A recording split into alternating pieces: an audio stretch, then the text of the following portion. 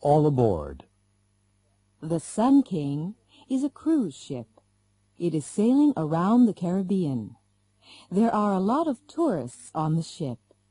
Most of them are from the United States, but some of them are from Canada and Latin America.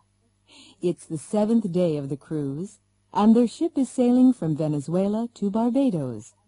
All of the passengers and most of the crew are on deck for the captain's party.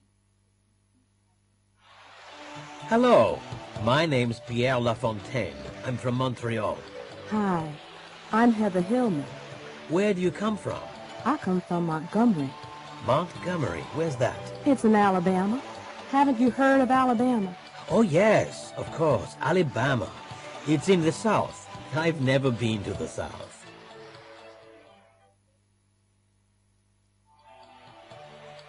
What a terrible party.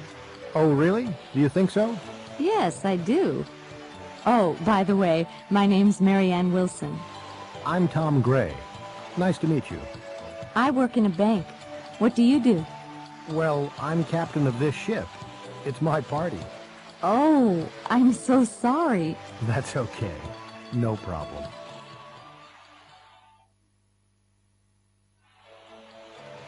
Would you like another drink? What? Would you like another drink? Oh, yes, please. I'd like some orange juice. With ice? No, thanks.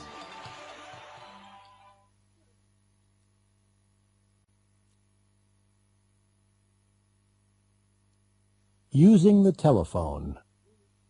2 1 2 3 3 2 1 5 0 6. That's it. Thank you for calling XYZ Records Incorporated. You are in a call waiting system. Please hold. Your call is very important to us. As soon as an operator is free, we'll talk with you. XYZ, can I help you? I'd like to speak to James Singh, please. Which department? Accounting. Please hold. I'm connecting you. Thank you for calling Lemon Computers. If you are calling from a touch-tone phone and you know the extension number you require, you may dial it now or at any time during this message. For sales and marketing, press 1 now. For customer service, press 3 now. For all other inquiries, press 0. Or stay on the line and someone will assist you shortly. Thank you for calling Lemon Computers. Lemon Computers, may I help you? Can I speak to Simon Hertz, please? One moment.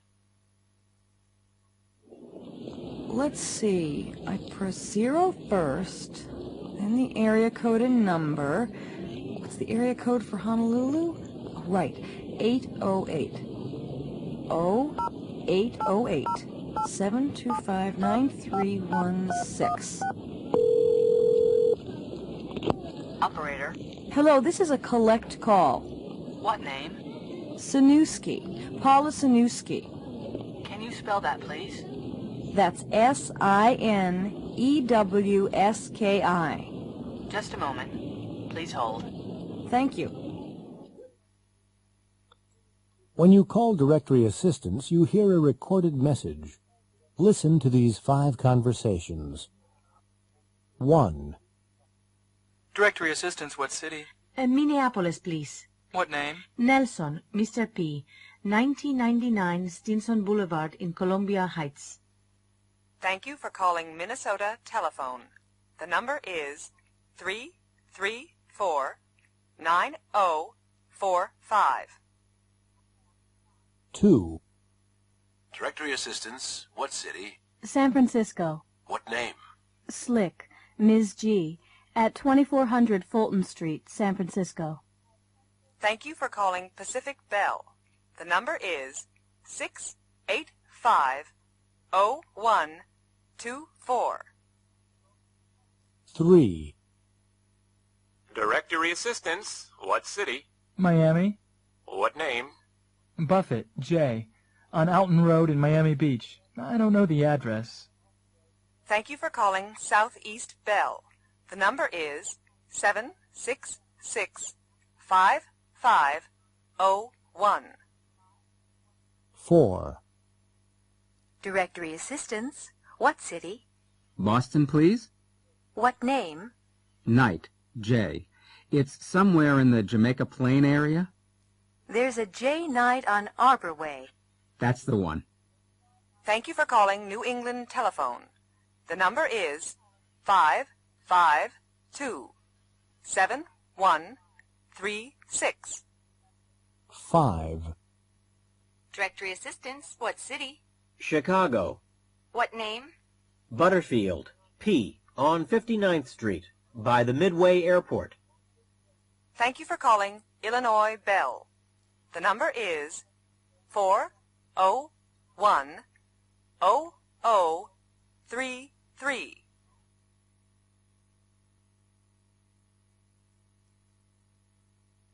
Fizz is fantastic. Meet Mr. and Mrs. Lopez of San Antonio, Texas. They have 3 young children, and they have to do a lot of wash.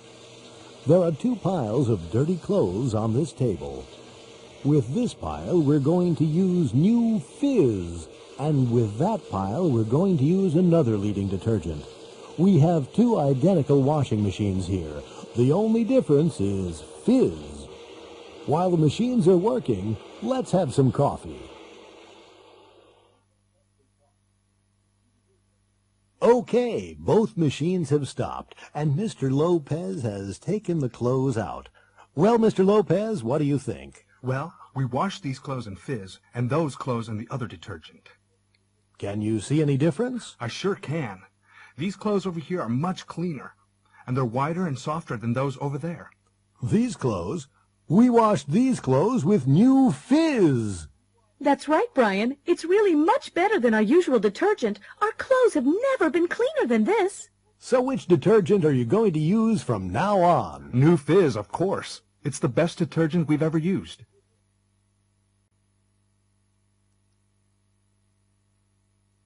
Olympic Update. It's time now for our Olympic update, coming to you live by satellite from the Olympic Games. Here's our reporter, Pat Sweeney. This is the Olympic swimming pool at the center of the Olympic complex. The most important event today was certainly the women's 200-meter freestyle competition. An American, Sierra Kennedy, was first and won the gold medal. She swam the 200 meters in a new world's record of 1 minute, 56 seconds. The United States won 2 gold medals yesterday and 3 the day before. So in the first 3 days of the Olympic Games, the American team has won 6 gold medals.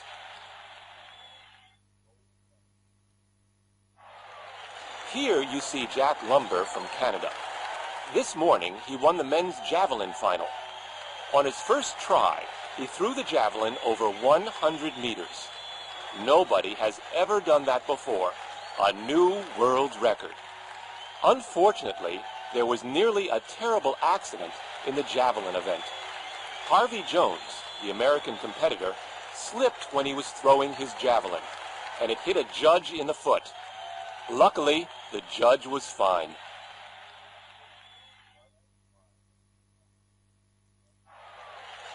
Here we are in the Olympic Gymnasium.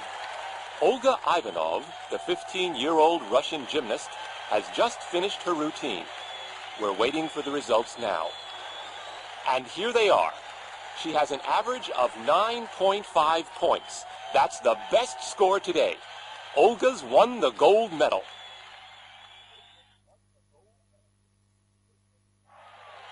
We're waiting for the last jumper. Ted Kelly from Great Britain is going to jump. The bar is at 2.30 meters. Now he's beginning his last try. And he's jumped. Oh, he's crashed into the bar. He's landing. The bar's fallen. Is he hurt? No, he's all right. He's getting up and walking away. But he's a very disappointed man.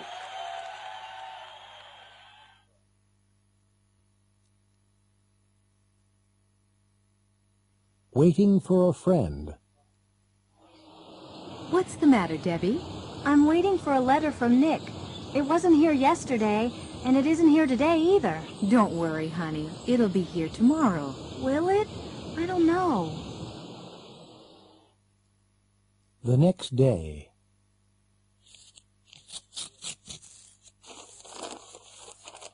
Mom, it's here. And Nick's coming to Pittsburgh. Oh, really? When? He'll be here next Monday. What time will he be here? You have classes on Monday. He'll be on the 7:40 train.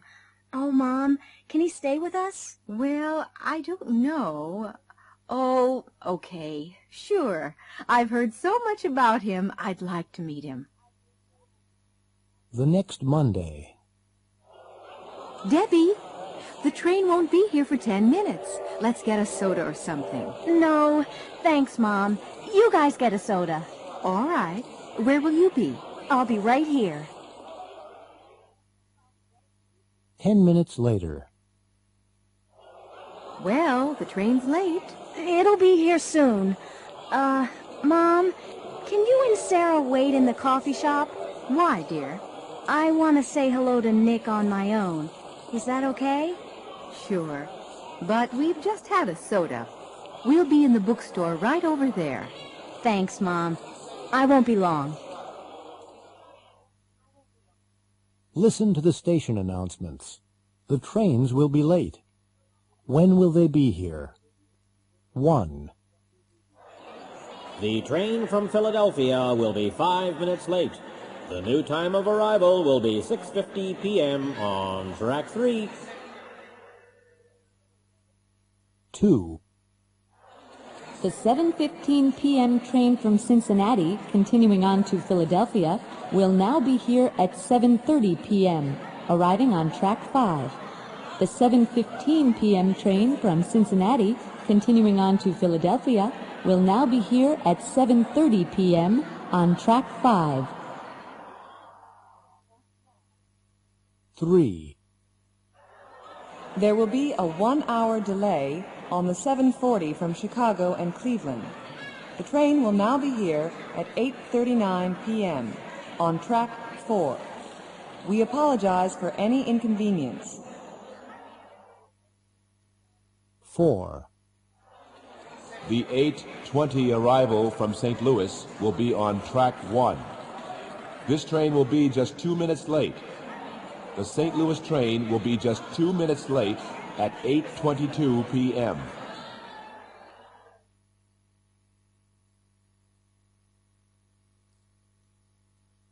Monday morning. What's the matter, honey? Oh, I don't know. Come on, something's the matter. What is it? It's just life. It's so boring. It's not that bad. We have 2 wonderful children. That's right, we do. And we never have any time with them.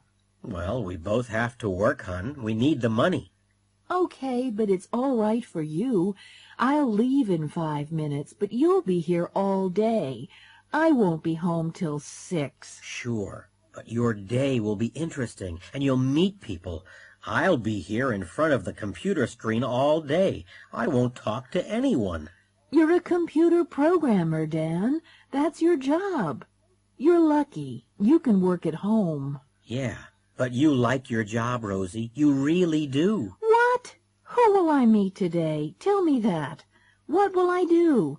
I'll tell you, Dan. I'll get on the same train, then I'll go to the same office. I'll speak to the same boring people, and I'll listen to the same stupid jokes. I'll get the same train home, then I'll get home and help the kids with their homework. I'll cook dinner, honey. I always do. Yeah, but I'll wash the dishes. Then we'll watch TV again. You'll be tired and we won't talk. Then we'll do the same tomorrow. What a life! Today, tomorrow, this week, next week, this month, next month, next year, forever. It's just Monday morning, Rosie. You'll feel okay tomorrow. Will I?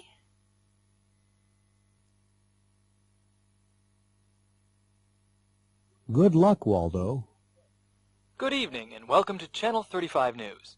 A 66-year-old Monterey man, Mr. Walter Busby, is in the studio with us. Mr. Busby is a retired bank clerk. Tomorrow morning, he will begin a fantastic voyage. He and his wife, Betty, are going to sail from Monterey, California, to Australia. That's 7,000 miles across the ocean, in a small motorboat. Now, Walter.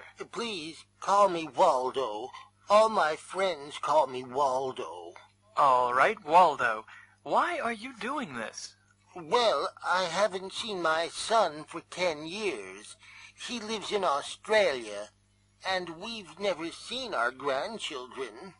But your boat isn't very big, Waldo. Will it get to Australia?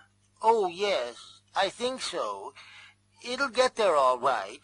It'll take a long time, of course, but we're not in a hurry. I just retired, you see, and we'll stop on the way. Where will you stop? Do you know? Oh, yes. We have a map. Here it is. We'll stop at several places. We'll need food and gas. Ah, yes, food. What'll you do about food? No problem. We'll catch fish. I see. And water? That won't be a problem either. It'll rain. It rains a lot at sea, you know. Will you take a radio with you? No, no, no. We never listen to the radio. We don't like pop music. We like some peace and quiet. We'll take a lot of books. Well, actually, I meant a two-way radio. How will you navigate? Will you use a compass? A compass? No. We won't need a compass or a radio. We'll navigate by the sun and stars. I got a book from the library. Well, good luck, Waldo. You'll certainly need it. Listen to the news report.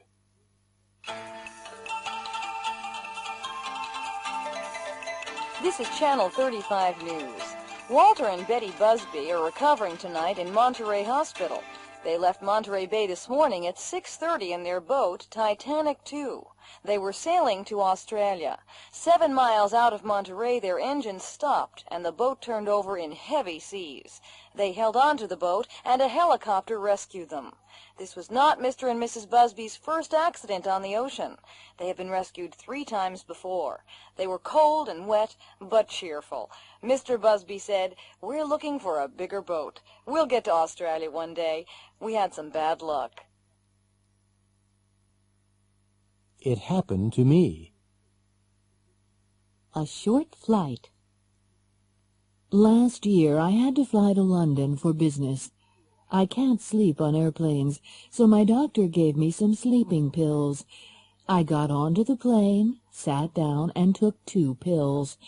We took off, and a few minutes later I was asleep. When I woke, the flight attendant was shaking my arm. I was the only passenger on the plane. Those pills were strong, I thought. I went to the baggage claim area. I couldn't see my bags anywhere. I went to the information desk and asked about my bags. "Which flight were you on?" asked the desk clerk. "The flight from New York, 7:43, I said. "But you didn't go anywhere, ma'am. Your aircraft had a problem with the engines and it came back. This is New York." Wilhelmina C. Williams, Paterson, New Jersey. Sleepwalker. My kid sister often walked in her sleep. One night I woke up suddenly. My sister was walking out of our room with her eyes closed. I got up and followed her to the kitchen. She opened the fridge and took out some chocolate cheesecake. Her eyes never opened. She ate it, then went back to our room. I told her in the morning, but she didn't believe me. "Look in the mirror," I said. There was chocolate all around her mouth and nose. Candy Faulkner, Oxford, Mississippi. What a nightmare. I once had a terrible nightmare.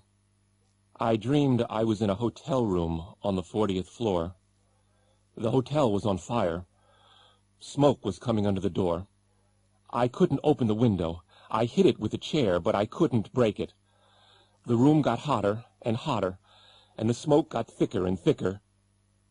This is the end, I thought. Then I heard a crash. Right then, I woke up. I was at home in my own bed, in my own room, and the room really was full of smoke. The window was open, and a firefighter was climbing into the room. He rescued me. My apartment was on fire. Jackson Burns, Seattle, Washington.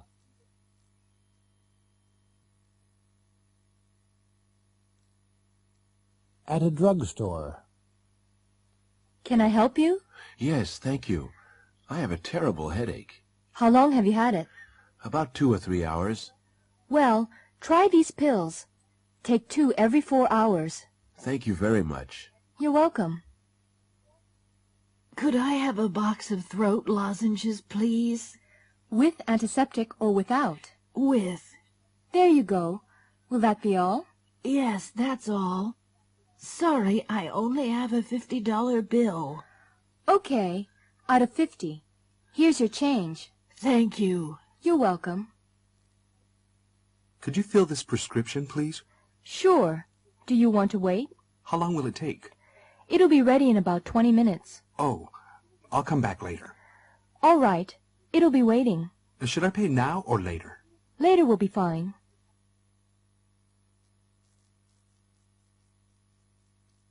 Superstar.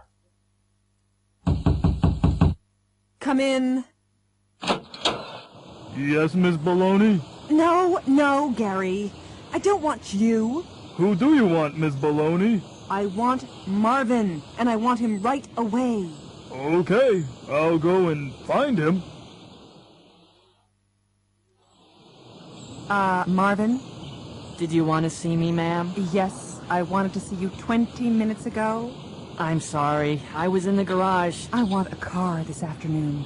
Which car do you want to take? The stretch limo, the Rolls Royce, or the Ferrari? The stretch limo. Where do you want to go, ma'am? The recording studio. What time? The recording session begins at 2. We'll leave here at 1:30. Okay, Brandon. Can you hear me? Sure. I want you to play electric piano on this one. No problem. And I want Jared to play acoustic guitar. I want him to play real loudly, okay? You got it. And find Tanya and Sophie. I want them to sing doo-wops. Excuse me? You know, the chorus. Doo-wop dee diddy diddy dum dee doo.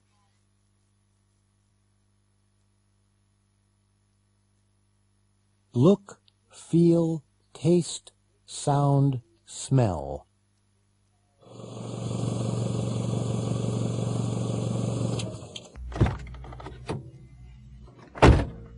I like your car, Jackie. Oh, you do? I've only had it for a week. It looks very expensive. Really? I guess new ones are expensive, but this one's used. It is? It doesn't look like a used car. It looks brand new. It feels cold in here. It does? Yes, really cold. Is the heat on? Yes, it is. It'll feel warmer in a minute.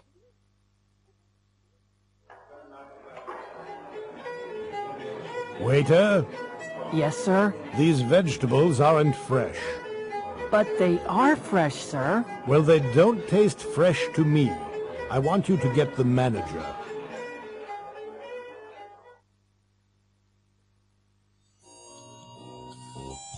I'd like you to listen to my new stereo, Eduardo. Does it sound all right? Yes, it sounds fine to me. I think the bass is too loud. No, it sounds perfect. It sounds better than mine.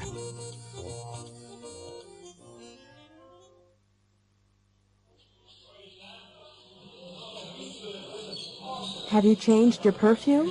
Yes. Why, do you like it? Yes, it smells wonderful. What is it? It's Roseanne by Devlon. It smells expensive. Is it? I don't know. It was a present.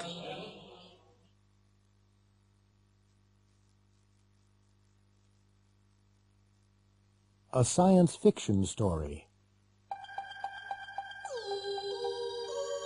The spaceship flew around the new planet several times.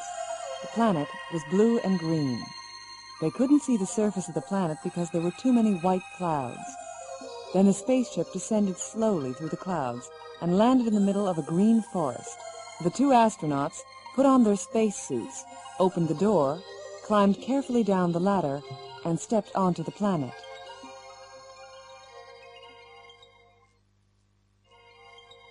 The woman looked at a small control unit on her arm. "It's okay," she said to the man. "We can breathe the air. It's a mixture of oxygen and nitrogen." Both of them took off their helmets and breathed deeply. They looked at everything carefully. All the plants and animals looked new and strange. They couldn't find any intelligent life. After several hours, they returned to their spaceship. Everything looked normal.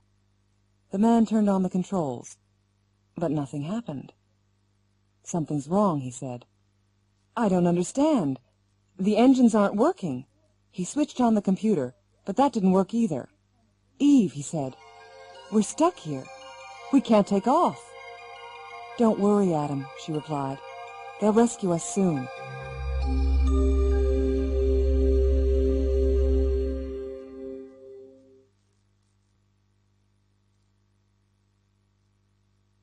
It's too hot. In the hotel coffee shop. Come on, Kim. Hurry up and finish your coffee. We have to catch a taxi to the airport. We'll be late. I can't hurry. This coffee's too hot for me to drink. Why don't you put some cold milk in it? Milk? I don't take milk in my coffee. Oh, okay. Is it cool enough for you to drink now? Yes, but it tastes awful. At the airport. Oh, no. The global counter looks a mile away. Ooh. What did you put in these suitcases? Rocks? Only clothes. Why? Are they heavy? Yes, they are. The taxi driver managed to carry them. Well, they're too heavy for me to carry, and I don't see any luggage carts. Well, I'm not strong enough to help you. Porter, over here, please. On the plane. Oh, Mike, I didn't tell you. My sister called this morning. Oh? Which one? Tiffany? Yes. She wants to get married. Married? She isn't old enough to get married. She's only 17. Who does she want to marry? Mark McIntosh. Mark McIntosh, the actor? I can't believe it. He's too old for her. He's over 60. I know, but she loves him.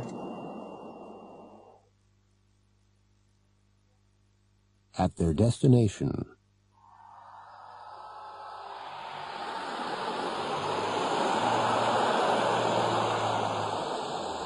Oh, no. There goes the last bus. Well, let's walk to the highway and catch a different bus. It's a mile away. That's too far for me to walk. Let's take a taxi. Another taxi. We aren't rich enough to go everywhere by taxi. Mike, haven't you forgotten something? What? We have 3 suitcases. Do you really want to walk? You're right. Taxi!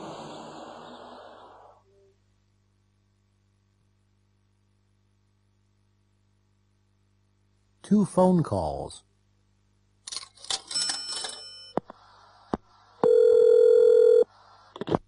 Hello? Vicky, is that you? Uh-huh. Who's this? It's Randy. Randy? Randy who? What do you mean, Randy who? Randy Dixon, of course.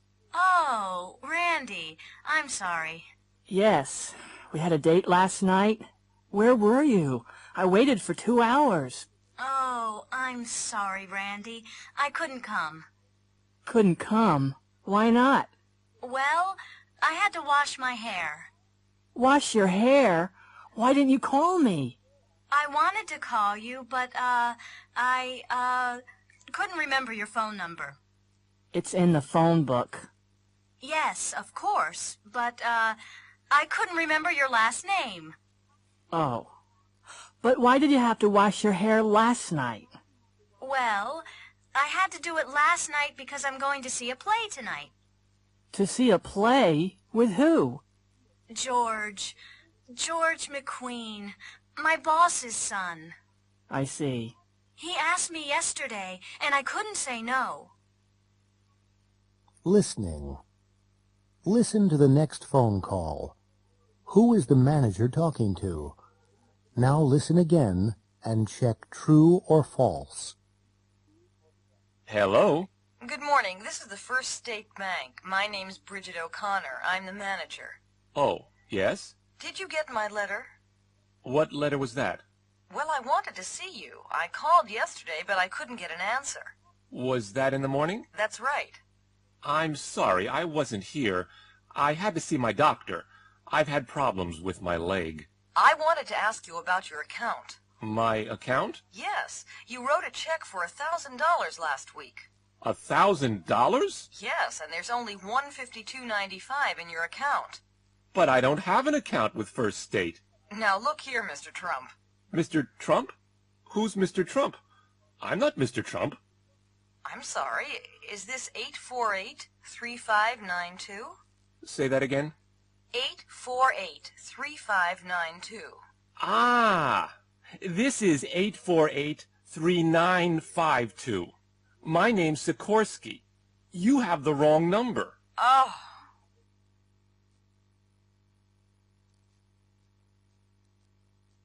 Army Recruiting Office.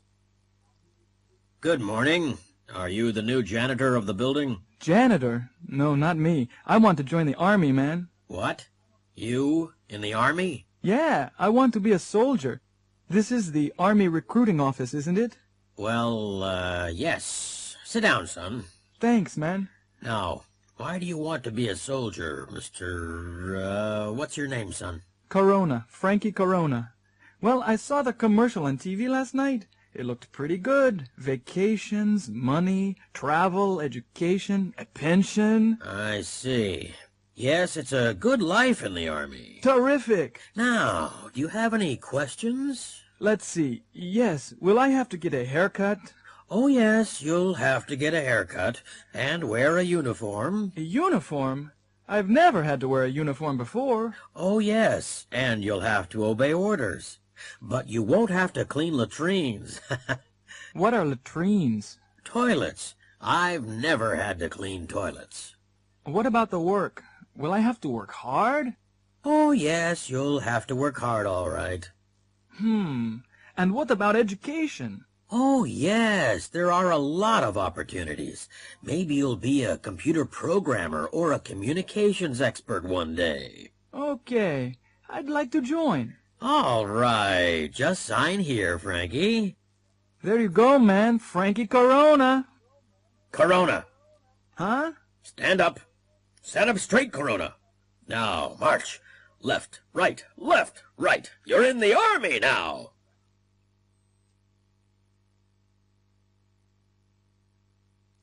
A traffic survey. All major cities have traffic problems.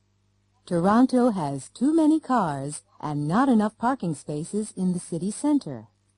Traffic moves slowly downtown and parking costs are extremely high. The planning department wanted to change the traffic system, so they conducted a traffic survey. They interviewed a lot of people in downtown Toronto. 1. David Chang is 58. He learned to drive when he was 18.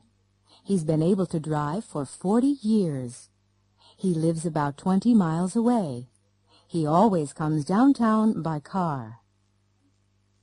2. Leila Patel is 25. She's been able to drive for 6 years, but she doesn't have a car. She hasn't been able to save enough money. She lives about 35 miles away. She always comes into town by train. 3. Douglas Mackenzie is 20. He's had a lot of driving lessons. He's taken the driving test 3 times, but he hasn't been able to pass the test yet. He lives near the city center and works in a mall downtown. He usually walks to work. 4. Mr. and Mrs. Hawkins are both over 65. They've never been able to drive. They've never learned. They don't live far from downtown, and they occasionally come downtown by streetcar. 5. Excuse me, ma'am? Yes? We're doing a traffic survey. Could I ask you a few questions? Okay. Your name is? Green. Michelle Green. And, how old are you? 29. Can you drive? Sure. And how long have you been able to drive? Since I was 19. Uh-huh. Where do you live? Oxford Street. Ah, that's not far away. How do you usually get downtown? By bicycle. By bicycle? That's unusual. Thank you.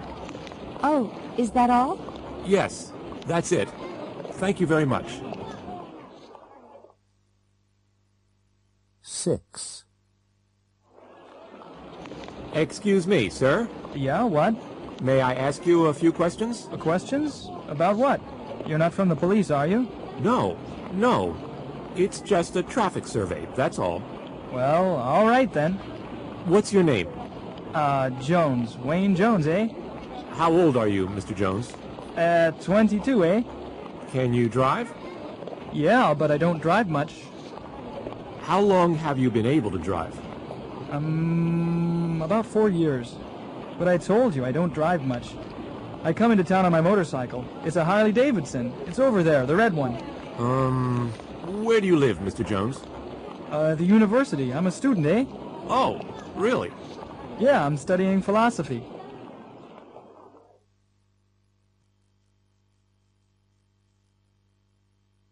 Changes. Why do you want to study computer programming? Well, I lost my job last month, and I haven't been able to find another one. I see. Do you have any money? Well, some, and my girlfriend will be able to help me. Good. The course costs $2,500.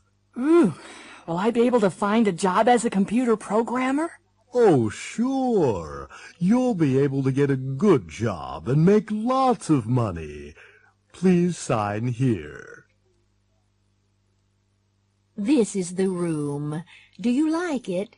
It's very nice. Is it quiet? I'm a writer. You'll be able to work with no problem. There's almost no noise here. Will I be able to use the kitchen? Yes, of course. Fine. It looks good.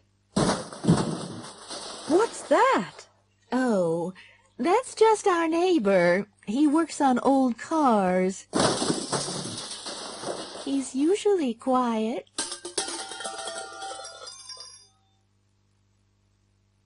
Have a seat, Jim. You work in the mailroom, right? That's right. I want to transfer to the International Sales Division. Why do you want to join the International Division, Jim? Well, I don't, really. I just want to travel to Latin America. How good is your Spanish? Spanish? I've never been able to learn Spanish. Well, what will you be able to do in the International Sales Division? I don't know, but I won't be able to work very hard. I have a bad back.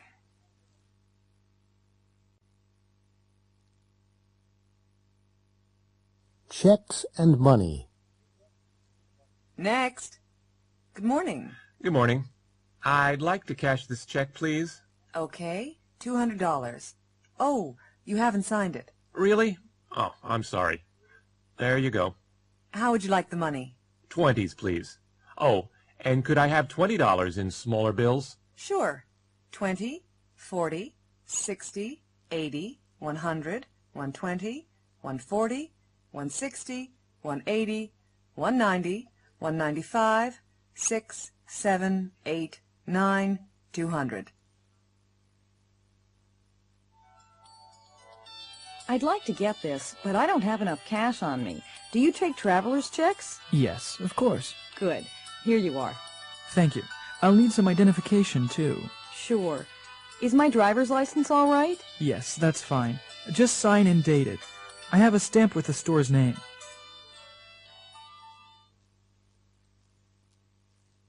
Hello, can I help you? Thank you. My name is Toshiko Akiyama. I'm expecting a transfer from my bank in Tokyo.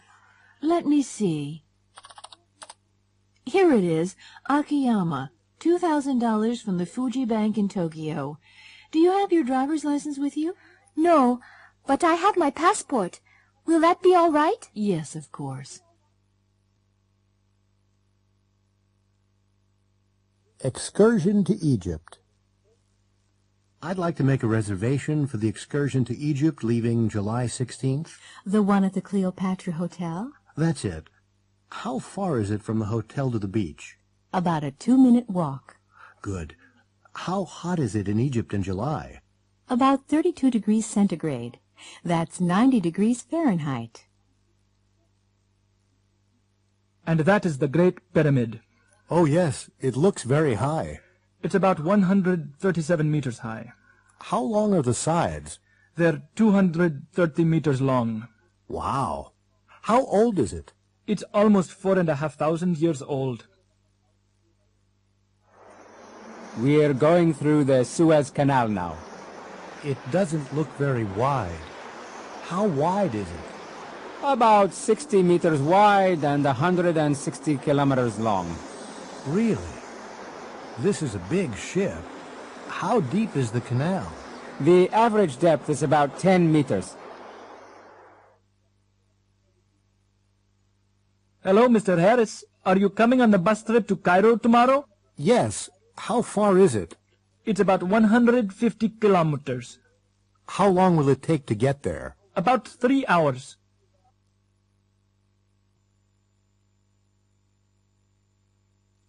Everybody's in a hurry. 10 years ago, Ford Studebaker had an accident in his car. He was driving quickly and carelessly. After the accident, his wife said, "Ford, you're an old man now. You have to drive more slowly and more carefully." Ford has not had an accident since then. He always drives slowly, very slowly. But the drivers behind him often get angry. They sometimes have to stop suddenly, and then other cars crash into them.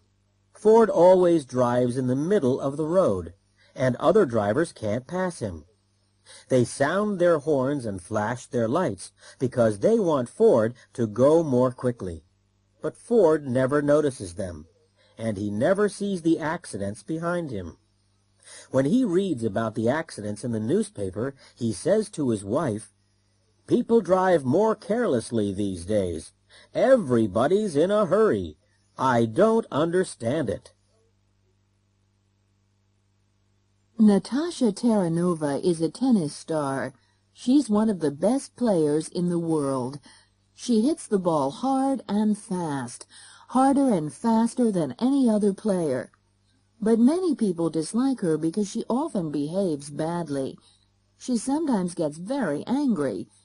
Last year, she shouted at the crowd and broke her racket on the ground during the final of the Texas Championship. She didn't play well and lost. This year she played better and won the final. Unfortunately, she got very angry and behaved worse than last year. She threw her racket at the umpire. She will never be able to play in the Texas Championship again.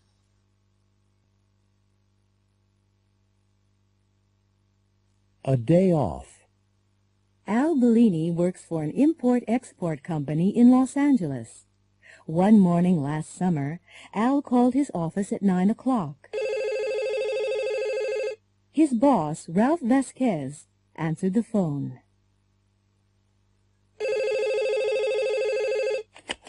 Hello, Ralph Vasquez. Hello, Ralph. This is Al Bellini. Oh, hi, Al. What's up? I don't think I can come to work today, Ralph. Oh, what's the problem? I've got a very bad sore throat. Yes, you sound sick. Yes. I'll stay in bed today, but I'll be able to come tomorrow. That's all right, Al. Stay in bed until you feel well enough to come to work. Thank you, Ralph. Goodbye. Bye, Al. Ralph liked Al a lot. At 12:30, he got into his car, drove to a store, and bought some fruit for him. He went to Al's apartment, and rang the doorbell. Al's wife, Stella, answered the door. Oh, Ralph. Hello. Come in. How are you? Fine, thanks, Stella. I've come to see Al. How is he? He doesn't look very well. I wanted him to see the doctor. I'll go in and see him. Hi, Al. Oh, hi. Hi, Ralph. Have a seat. I've brought some fruit for you, Al. Thanks a lot, Ralph. Well, I was in the neighborhood anyway. How's your throat? It seems a little better. I'll be okay tomorrow. Good, good. Take care. Goodbye, Al. Bye, Ralph. Thanks for coming by. At 3 o'clock, Ralph locked his office door and turned on his portable TV.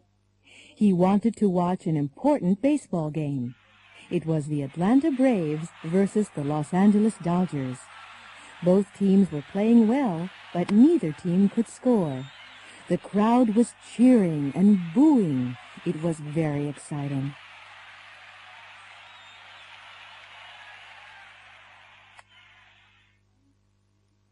Then at 3:20, Sam Zapata of the Dodgers hit a home run.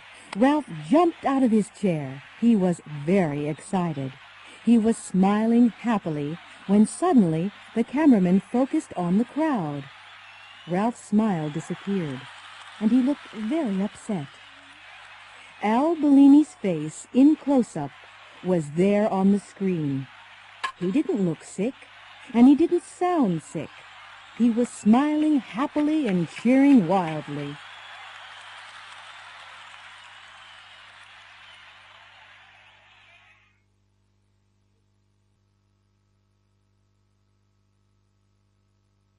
Applying for a job. How do you do? It's Paula Chandler, isn't it? Yes. How do you do? Have a seat. I'm Art Miranda, and I have your application form here. I just want to check the information. Fine. Sure. You're applying for the position of export sales representative, aren't you? Yes, I am. You aren't from Connecticut, are you? No, I'm not. I'm from Massachusetts. You got a bachelor's degree in business administration at college, didn't you? Yes, that's right. But you didn't get a master's degree, did you? No, I didn't. And you have worked in international sales, haven't you? Yes, I have. I've been a sales representative in Mexico and Central America. But you haven't worked in Brazil, have you? No, I haven't, but I'd like to. You can speak Spanish, can't you? Yes, I can. But you can't speak Portuguese, can you? No, I can't, but I'd like to learn Portuguese. Come in. Have a seat. It's Paul Lanier, isn't it? Yes, that's right. Well, I've looked over your application. Can I just check the information? Yes, of course. You're applying for a secretarial job. Yes, a bilingual secretarial job. You aren't from Bridgeport.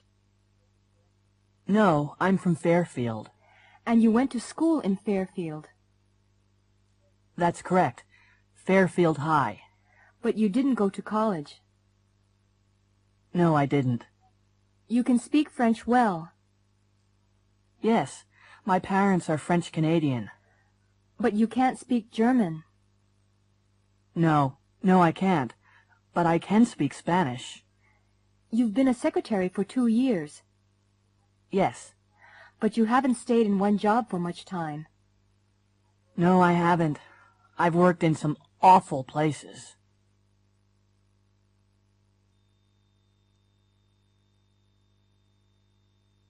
Disasters.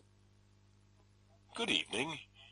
Our program tonight is about disasters. This year there have been fires, earthquakes, and volcanic eruptions. All our guests tonight have survived disasters. Hello, I'm Susan Fisher-Diaz. I live in Chicago. I was working in my office on the 28th floor of a skyscraper. I was dictating some letters to my secretary when the fire alarm rang. I rushed out to the elevator, but it wasn't working. The stairs were full of thick smoke. We couldn't go down, so we had to go up to the roof. When we got there, some people were waiting calmly.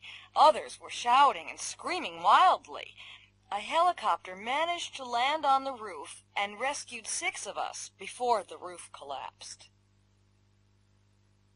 My name's Linda Reed.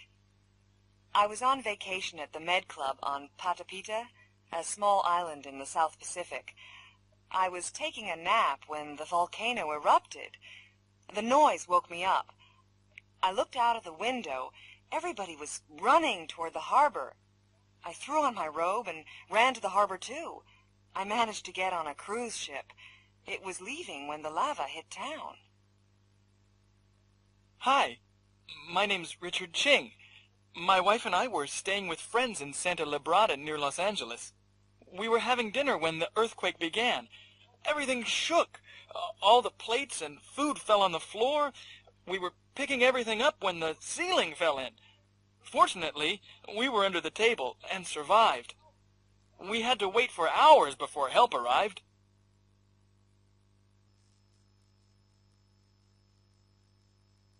Traveling by air. 1. Global Airways announces the departure of the 11 o'clock flight GL-189 to Houston. This flight is now boarding at Gate 4. 2. British Airways announces the departure of the 11:30 Concorde service BA 001 to London. Would passengers for this flight go immediately to Gate 16? 3. Would passengers for the 11:25 Aeromexico Flight 149 to Mexico City please go immediately to Gate 13, where this flight is now boarding? 4. This is the last call for Japan Airlines 1045 Flight 215 to Tokyo. This flight is now closing at Gate 30.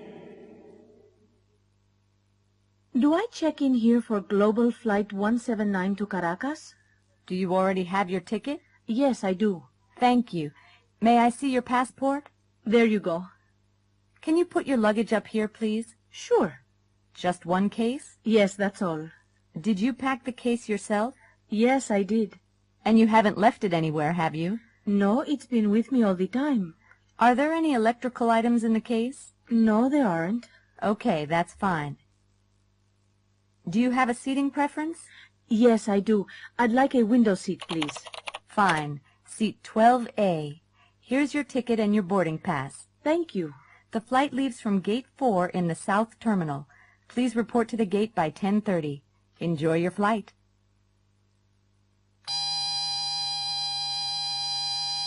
Excuse me, ma'am. May I see the contents of your pockets? Of course. Thank you. Put everything in this container. Now, please go back and come through the detector again. Sure. Oh, wait. It's my metal comb. Here it is. That's fine. Put it with your other things. Now, come through again. Good morning, ladies and gentlemen. This is your captain speaking. I'd like to welcome you all aboard Global's Flight 179 to Caracas. We're now flying at an altitude of 33,000 feet, and our speed is approximately 500 miles per hour. We'll land in Caracas in 3.5 hours at 1:20 local time. The temperature in Caracas is a sunny 87 degrees Fahrenheit, about 31 degrees Celsius. In a few minutes, you'll be able to see the Gulf of Mexico on our left. Our flight attendants will serve lunch in a few minutes. Enjoy your flight, and thank you for choosing Global.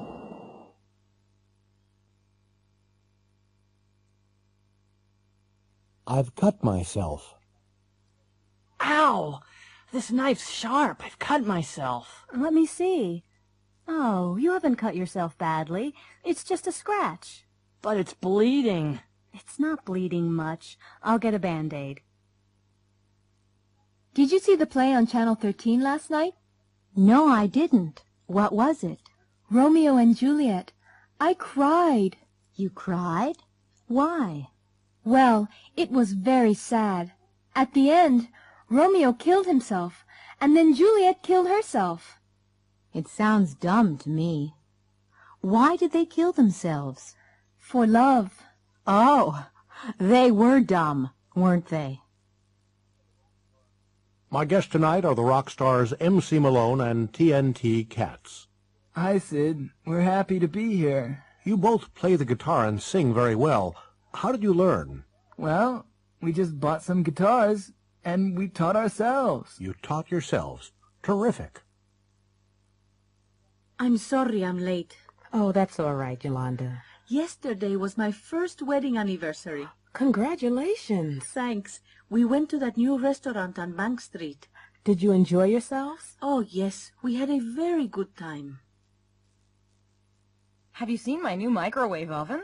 No, I haven't. Oh, it's fabulous. It has an automatic timer. It can turn itself on and off, and it cleans itself.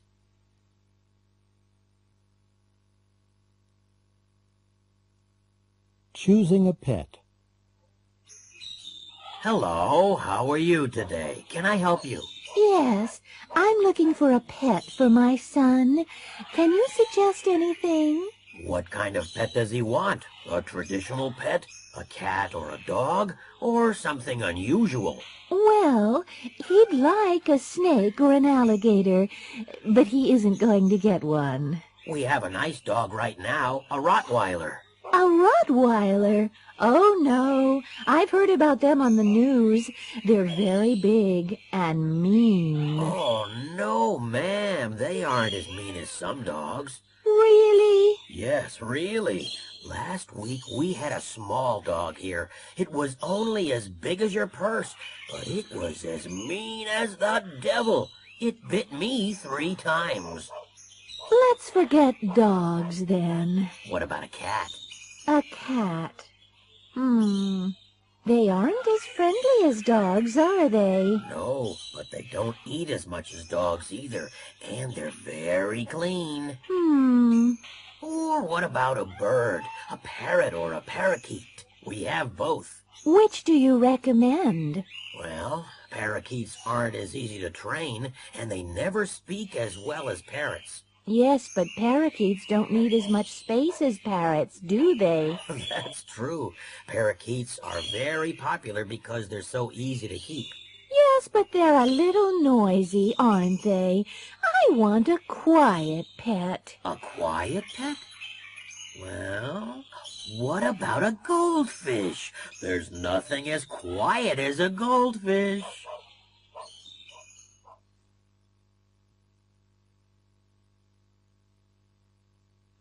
An interrogation. You're John Patrick O'Brien. Yes, I am. You sell used cars. Yes, I do. And other things. You live on Staten Island. Yes, I do. I live in Richmond Town. You went to the races at Montville yesterday. That's right. You weren't alone. No, I wasn't. I was with my friend, Bobby Ann Chase. But you're married. O'Brien. No. Who told you that? You left your apartment at 11 o'clock. Yes, about 11. You were in your Cadillac. Yes, I was. You didn't stop for gas. No. You had lunch at a Chinese restaurant. No, we didn't. We had lunch at a fast food place. You don't remember the name of the place. No, I'm afraid I don't. You had fried chicken. No, we got some hamburgers to go and ate in the car. You got to Montville Racetrack in time for the first race. Yes, correct. You were very lucky. Yes, I really was. You won $50,000. I can't remember exactly how much. There was $50,000 in your apartment. Was there? You don't know where Bobby Ann is now. No, I'm not her husband. But you left her in Midtown Manhattan because she wanted to buy some clothes. Yes, that's right. It's interesting. Oh, Brian, you have a very fast car. What do you mean? The last race at Montville started late, and it didn't finish until 25 after 5. So you drove from Montville on Long Island to Midtown Manhattan to Staten Island in 35 minutes. At rush hour. That's impossible. Oh, Brian.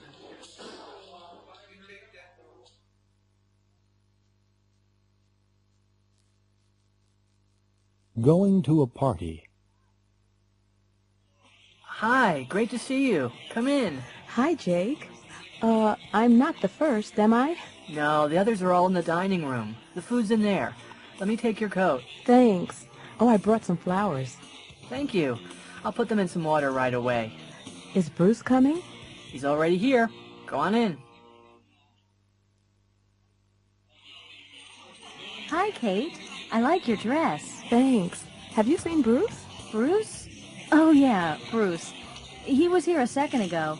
Have you had something to eat? No, not yet. The vegetables and dip are over there. Help yourself. Thank you. There's some salad over here. And there are some potato chips and nuts on the table. Okay. See you later. Hello, Kate. Not dancing? No, I'm just hanging out. You didn't see Bruce in the kitchen, did you? No. Oh. Hey, this is a great song, isn't it? Do you want to dance? Sure, why not? Well, here's your coat. Thanks for coming. It was nice of you to invite me. I really enjoyed myself. Good. You've got to come to Jake's birthday party next month. Okay. What happened to Bruce, do you know? He left early, I think. I didn't see Michelle either. No, I think she left early, too. Oh, well. Thanks again. Bye.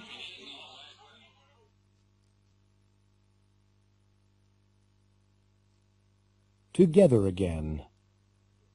Kelly Strong and Rod DeBiro are in the studio. They're acting in a scene from Together Again.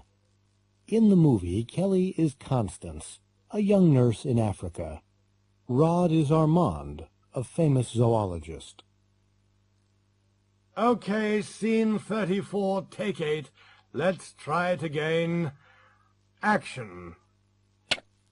I love you, Armand. I love you too, Constance, but I have to go. I know. But perhaps we'll never see each other again. We will, Constance, because we love each other. Cut, cut, cut. That's not good enough. Take 5, everybody. Okay, Kelly. Come over here. Now, I know you don't like Rod, and I know he doesn't like you. Like, we hate each other, you know that.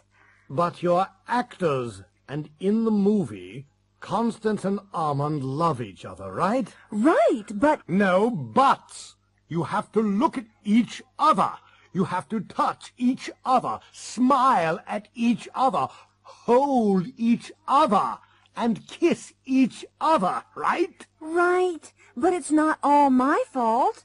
You know Rod, he's selfish. He only thinks about himself. He talks about himself all the time, and he only wants to see himself on film. I've heard this before, Kelly.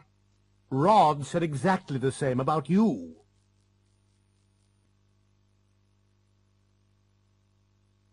So am I. I'm taking my vacation next month. Really? So am I. I need a change. So do I. I'm tired of the same office and the same people every day. Right. Where are you going? Florida. Oh, really? I went there last year. So did I. We always stay on the Florida Gulf Coast. We never go to Miami or Palm Beach. No, neither do I. It's too crowded there. Where exactly are you going? Sanibel Island. It's about 50 miles south of Sarasota. Do you know it? You're kidding. No, I'm not. I've been there 3 times. Well, so have we. And we're going there this year, too. Not to the Sand Dollar Resort. Yes, why? Well, I'll see you there. That's my hotel, too.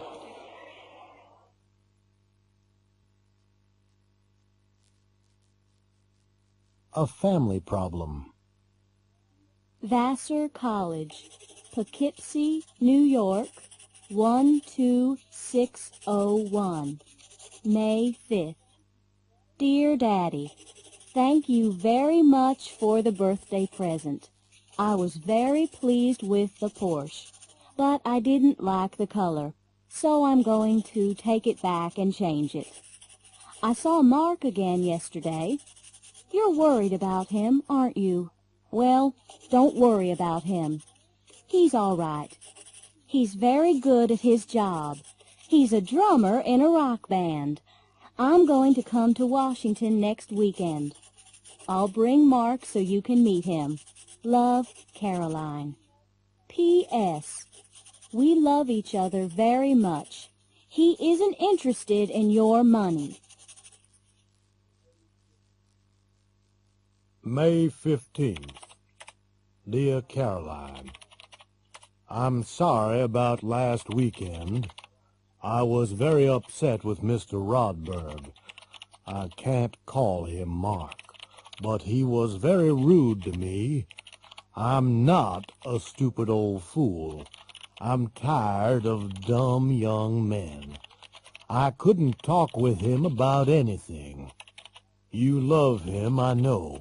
I just feel sorry for you. And I'm worried about your future. Your friend likes rock music. He isn't interested in anything else. He isn't interested in you at all. You're making a terrible mistake. And I'm glad he isn't interested in my money, because he isn't going to get any of it. Love, Daddy. Signed for Senator Calhoun in his absence by Joseph D. Pollard, Secretary to the Senator.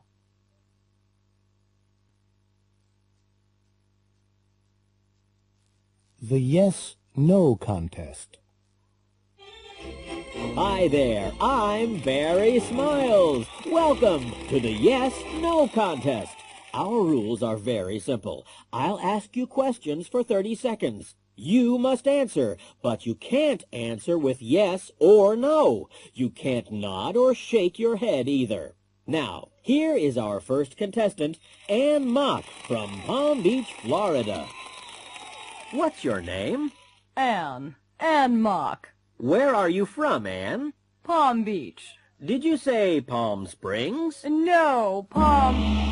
Oh, I'm sorry, Ann. You said no. Our next contestant is Chuck Fleener from St. Louis, Missouri. It's Dr. Fleener, isn't it? That's right, but call me Chuck. Fine. You aren't nervous, are you, Chuck? I'm not nervous. Did you shake your head? I didn't. Are you sure? Yes, I'm... Oh, I'm sorry, Chuck. Better luck next time. Now, here's our third contestant. He's Richard or Apollo from Washington, D.C. Hello, Richard. Hello, Barry.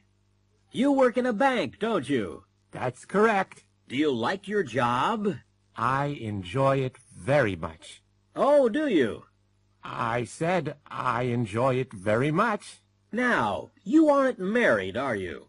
I am married. Is your wife here tonight? She's at home in Washington. So she isn't here? Of course not. Do you have any children? I have 2 children. 2 boys? A boy and a girl. And... that's 30 seconds! You've done it, Richard! Isn't that wonderful, everybody? He's won tonight's jackpot prize, a brand new fully automatic dishwasher!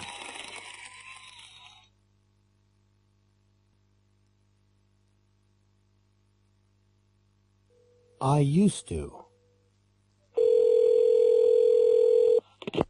Hello, Tom. This is your dad. Your old dad in the nursing home? Why aren't you here? Oh, hi, Dad. I'm very busy. I can't visit you today. I'm sorry, Dad. Tom. You used to visit me. You used to take me to the movies. You used to bring Barbara and the children. I'm sorry, Dad. We'll come for your birthday. My birthday? It's today. You didn't even send a card. I'm writing a new will. Reggie, you used to be the best baseball player in the National League. Are you going to come back and play again? No, I'm not. No way. Why not? Well, baseball used to be the most important thing in my life, but it isn't anymore. I used to practice every day. I never used to go out or eat big meals or stay up late. Why has your life changed, Reggie? Well, I was poor then, but I'm not now. I don't need to play baseball anymore. Mom? What? There's a terrific movie downtown. Really? What is it? Space Cop. Are you going to see it? I'd like to. All the other guys are going, but I don't have any money. Okay. How much do you want? $10. $10? When I was your age, I used to get $2 for the movies. I know. And you used to walk 5 miles to school, and you used to cut wood. And I used to talk to my mother with respect.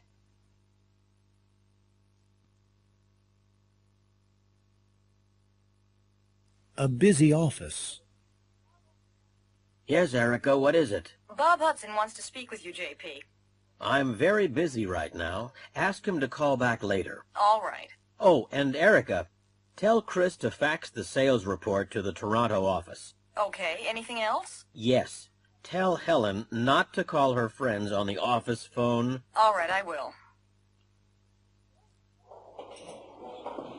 Hello? This is Mr. Powell's assistant again. I'm afraid Mr. Powell's very busy right now. Could you call back later? All right, thanks.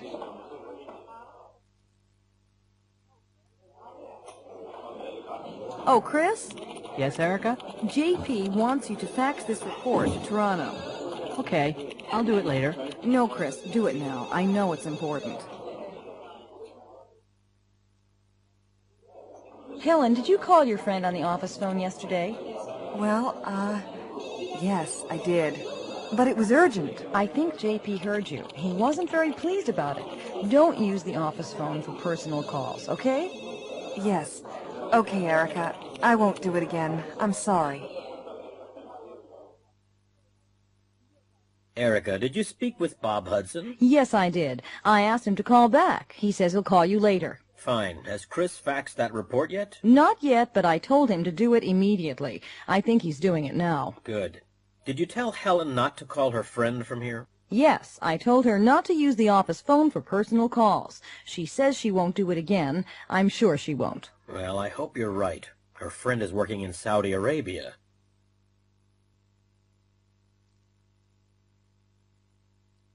The Smuggler. Latka was a customs officer in Europe. He used to work in a small border town. It wasn't a busy town, and there wasn't much work. The road was usually very quiet, and there weren't many travelers. It wasn't a very interesting job, but Latka liked an easy life. About once a week, he used to meet an old man. His name was Spevna. He always used to arrive at the border early in the morning in a big truck. The truck was always empty. After a while, Latka became suspicious. He often used to search the truck, but he never found anything. One day, he asked Spevna about his job.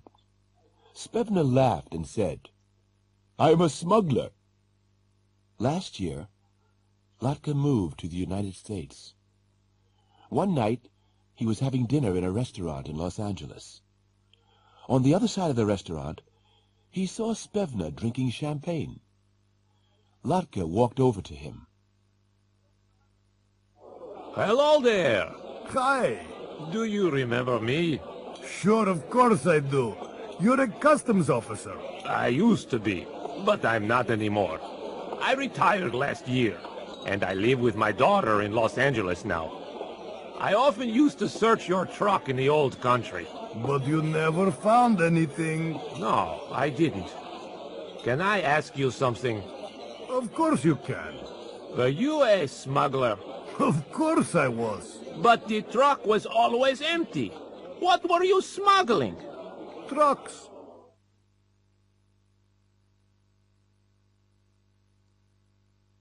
Opinions. Good afternoon. Mrs. Archer? Yes? I'm from Channel 5 TV. We're doing a survey. Oh, really? Could I ask you a few questions? Well, First, did you watch TV last night? yes, after dinner, from about 7 o'clock. And did you watch any of our programs? Yes, most of the evening, till 11. So you saw Animals in Focus. What did you think of it? It was very interesting. I like wildlife programs. So you're interested in wildlife? Uh-huh. That kind of program always interests me. It's very difficult to film animals, you know. What about your husband? Did he watch it? Only for about 5 minutes. He's not interested in animals. Look, I'm very sorry, but I have to pick up the kids from school. Are there many more questions? Oh, I'm sorry. I'll give you the questionnaire. Could you and your husband complete it and mail it to us? Sure. First of all, Animals in Focus. What did you think of that? Great. Really great. It was educational, just right for the children. And chimpanzees always amuse me. Much more amusing than Lenny Hill in the next program. Some of his jokes are quite shocking. And young children are watching television at that time of night. Uh-huh. What about Texas, Texas? The worst kind of TV. This kind of program annoys me. It's all just money and sex. Not interesting. Okay. And the report on violence in the cities. What did you think of that? A very important program. The problem of violence worries everyone. The news? The news always interests me. There isn't enough news on TV. And lastly, the horror movie. Well, horror movies like this don't frighten me at all. I just turn them off.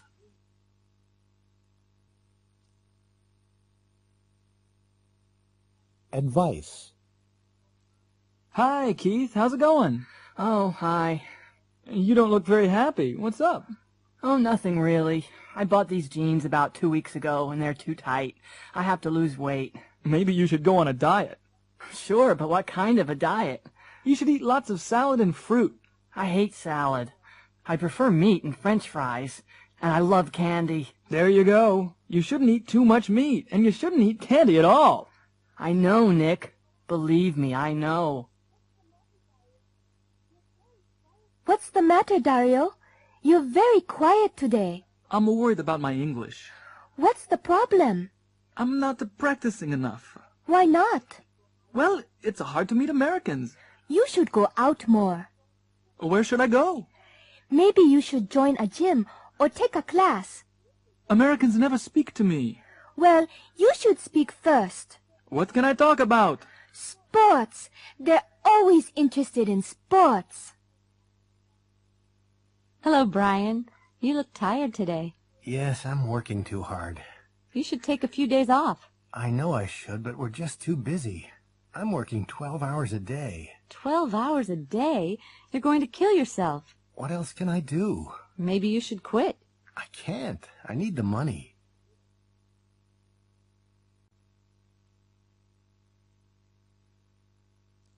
Congratulations. I'm David Burns, and I'm going to announce the winners.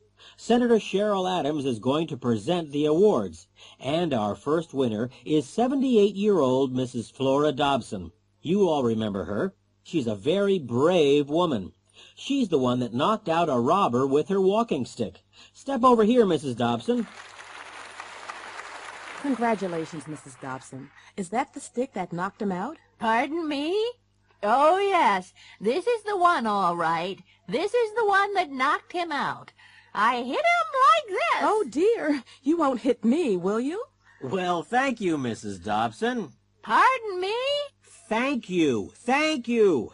And our second winner is Mr. Mac Foden. He's the one that drove his truck into Silver Creek and saved a town. Congratulations, Mr. Foden. You were very brave. How's your leg? Not too bad now, thank you, Senator. And now we have a pair of twins, Mandy and Marie Fox from Wisconsin. You all remember them. They're the ones that pulled a 9-year-old boy from a frozen lake last January. Well done. Which one of you is Mandy and which one's Marie? I'm Mandy. And I'm Marie. Next, we have Travis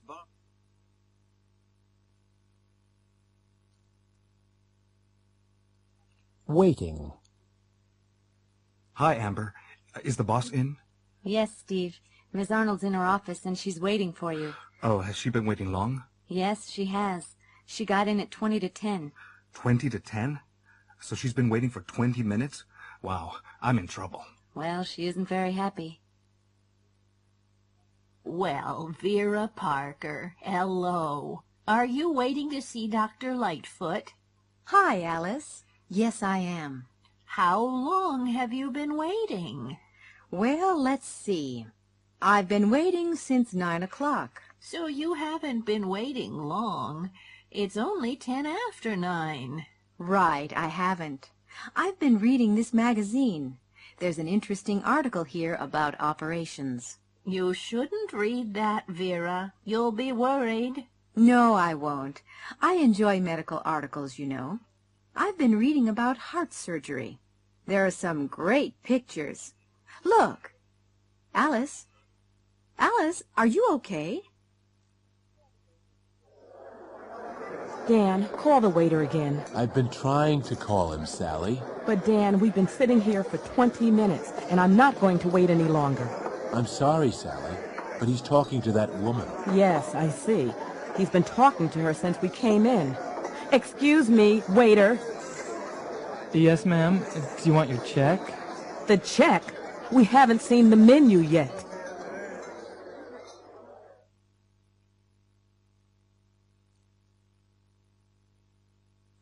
Well, I guess it's difficult to choose just 5 things out of a whole lifetime. I need a little time to think.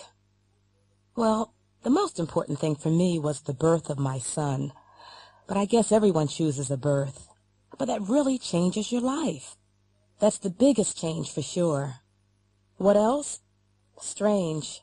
I think the assassination of President Kennedy in 1963. That's a long time ago. Really a long time.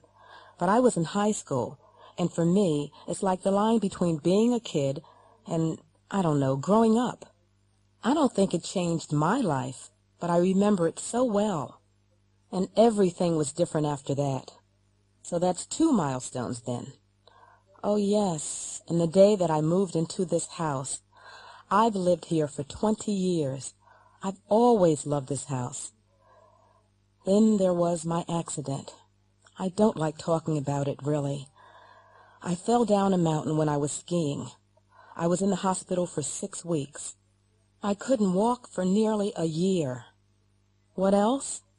That's not all. One more. Let me think. This sounds silly. A few years ago, I was in an elevator, and it stopped, just like that, between floors. I was alone there for 5 hours. I was terrified. I thought about my life and my family. I still have nightmares about it.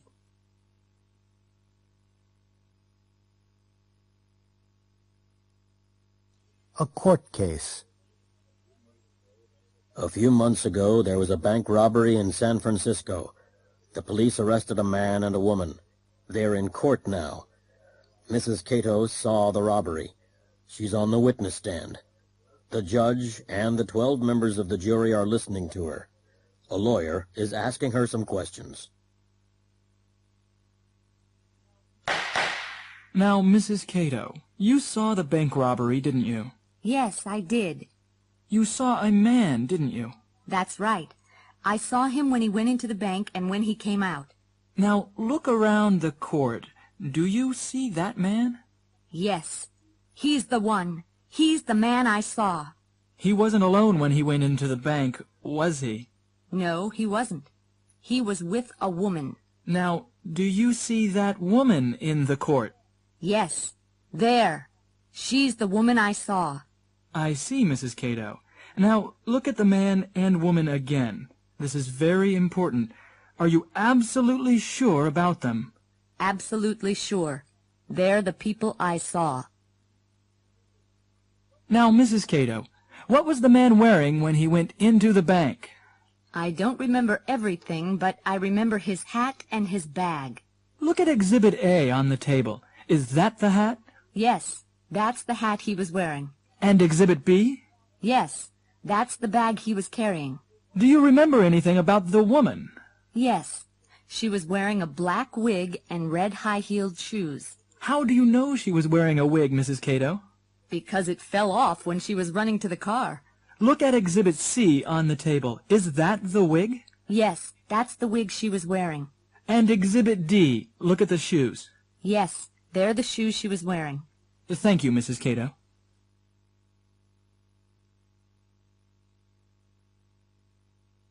The empty chair. Jerry Streisand, a friend of mine in Boston, almost had a nervous breakdown last year. I told him to go to a doctor. Hello, Mr. Streisand. What's the problem? I'm very tense and nervous, Doctor. I haven't been able to sleep for days. Have you been working hard? Yes, I've been working 12 hours a day. Well, you should take a few days off. Go someplace quiet and peaceful, like Nantucket. It's a quiet island near the coast of... Jerry took a boat from New Bedford to Nantucket and arrived late Friday evening. He rang the doorbell of a boarding house, and the owner, Mrs. Searcy, answered the door. Then she showed him to his room. Jerry was very tired and went straight to bed. He slept well and didn't wake up until 9 o'clock the next morning. Jerry went downstairs for breakfast. Because there weren't any other guests, Mrs. Searcy invited him to have breakfast with her and her daughter Catherine. Catherine was already sitting in the dining room. She was about 13 years old, with long black hair and clear gray eyes. Mrs. Searcy went to the kitchen to make breakfast. Jerry and Catherine looked at each other nervously for a few seconds. There are 4 places at the table. Is there another guest? No, we never talk about the empty place. The empty place? What do you mean? Well, that used to be my father's place. Used to be? I don't understand. My father worked on a fishing boat. 3 years ago, he went out on his boat, and he never came back. What happened to him? Nobody knows.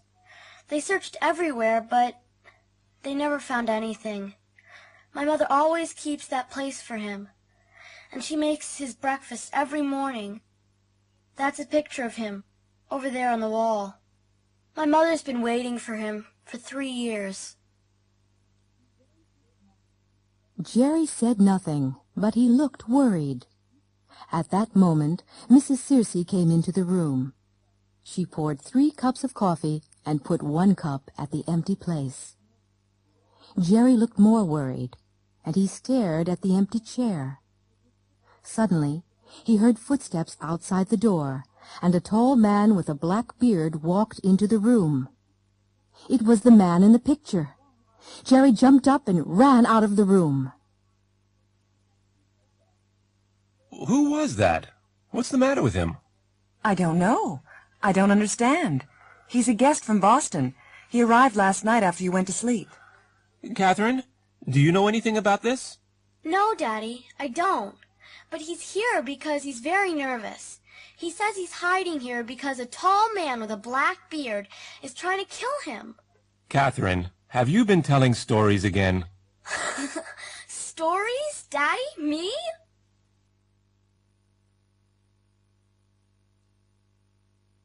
How long? How much? Please have a seat. Thank you. I'm Esther Rosales. I've had an account here for 10 years. What can I do for you, Ms. Rosales? Well, I want to borrow some money. What for? I want to buy a car. I've been saving for one. How long have you been saving? I've been saving for 2 years. How much have you saved? I've saved about $5,000. What are you reading? The Godfather. I've never seen the movie, and Bruce told me to read it. It's a very long book. How long have you been reading it? For nearly a month, and I haven't finished it yet. How many pages have you read? About 400. I don't like long books. Neither do I.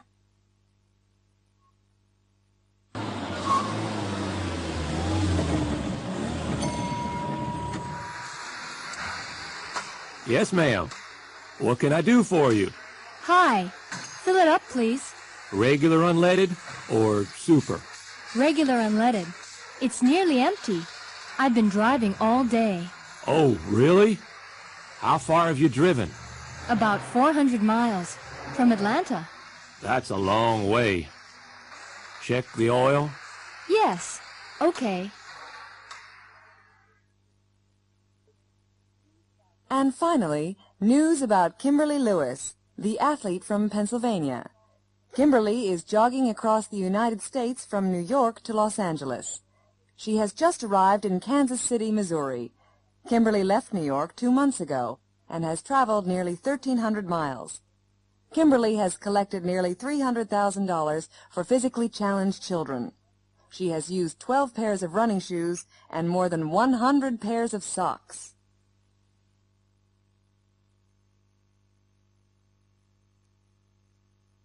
Operation Diamond. Andrea Garvey is the Assistant Director of the Department of Customs and Immigration. She is preparing her agents for a special operation. Good morning, ladies and gentlemen. You were all at Friday's meeting. Are there any questions? No? Okay, take out the photographs from your folders. Look at photograph 1. That's Barry Siegel. He's the man that usually flies the diamonds into the USA, and he's the one that will land at the Circle K Ranch tomorrow night. Be careful. He's very dangerous. He's the one that shot a federal agent last year. Now photograph 2. That's Gulliver. He's the one we really want. He's the one the Mexican police arrested last year, but they had to release him because they couldn't find any diamonds with him. He controls 20% of the illegal diamond trade. He's the one we have to catch with the diamonds and the money. Look at photograph 3. Look at the woman on the right. Her name's Betty Lou Harris. She's working for us. She'll be at Gulliver's house at the ranch. She's the one that gave us the information. Watch out for the 2 men on the left, Farrell and Casey. They're the ones we've been following. They always carry guns, and they're the ones that will shoot first. Ms. Harris is probably the one they'll shoot. Do you all have photograph 4? Good. Look at the airplane. It's a Cessna 310. It's the airplane that brings in the diamonds. It's the kind of plane that can fly under radar, land anywhere, and take off quickly. You can forget the registration number. It's different every time. Okay, photograph 5. That's the area they're going to land in. Look at the trees in the background. They're the trees we're going to hide in. There's a road behind the trees, and that's the road they'll have to use. It's the only one. Finally, photograph 6. The Circle K Ranch. It's very nice, isn't it? Gulliver has 3 houses, and this is the one he paid almost $5 million for last year. Look at the car outside. That's the car that will meet the plane. It's the car he always uses. We want Gulliver, Siegel, the diamonds, and the money all together. Any questions? No? Okay, good luck.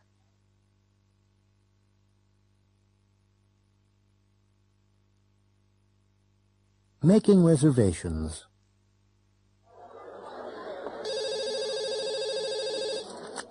Hello, Lobster Palace Restaurant. I'd like to make a reservation for tonight. All right. What time? 8 o'clock. 8 o'clock. For how many? There are 10 of us. 10. We don't usually take large parties. I know, but we are regular customers. What's your name, please? Diana Ross. Miss Ross. Of course, that'll be all right. Party of 10 at 8. I'd like to get 2 seats for the concert on Thursday. Where would you like to sit? I'm not sure. Well, here's the seating plan of the concert hall. How much is it in the middle section? $45. $45? That's a little too expensive for us. How much is it in the back? $25. That's fine. What time does the concert start? At 8 o'clock. Do you have any seats left on the Bay Area tour tomorrow? Yes, we do. There are a few seats left. Is that the tour that includes the Sonoma Valley? That's right. How long does the whole tour take? About 7 hours. Should I pay you now? If you don't mind.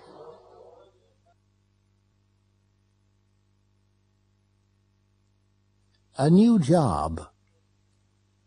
Jeff, have you seen this ad in the New York Sentinel?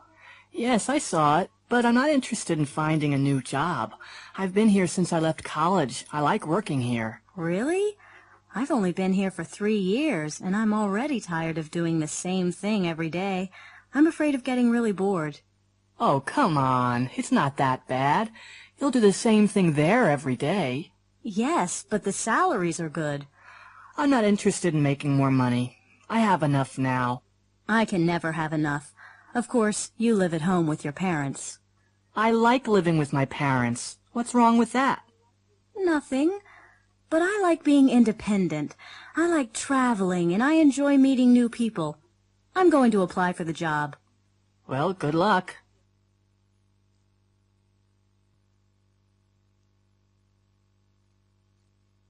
Talking about the weather. Good morning, Libby. Hi, Jake. It's a nice day, isn't it? Yeah. What are you doing today? I'm not sure. I might go to the beach later. Well, take an umbrella. I've just seen the weather report. It might rain this afternoon.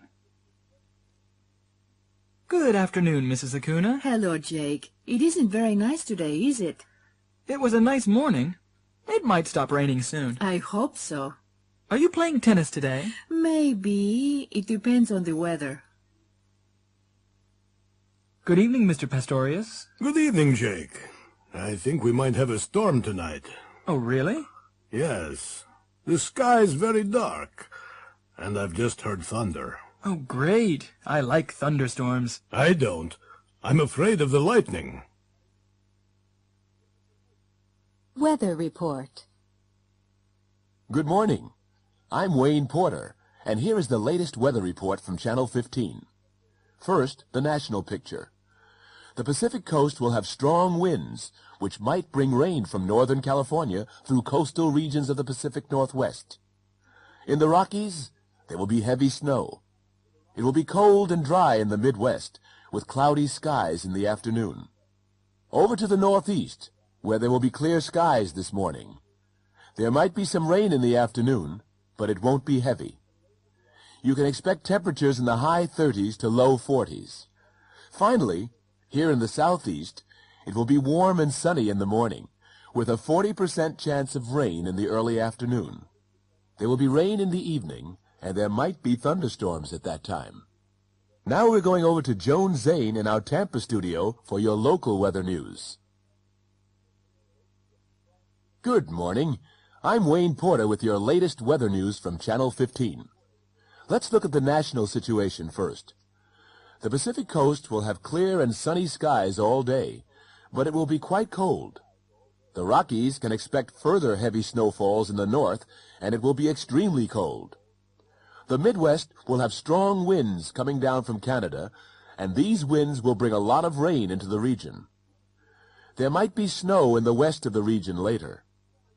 The Northeast will have cloudy skies with temperatures in the mid-40s. There will be strong winds and heavy rain on the Gulf Coast of Texas, and there might be thunderstorms later in the day. These storms might move across into Florida by the early evening.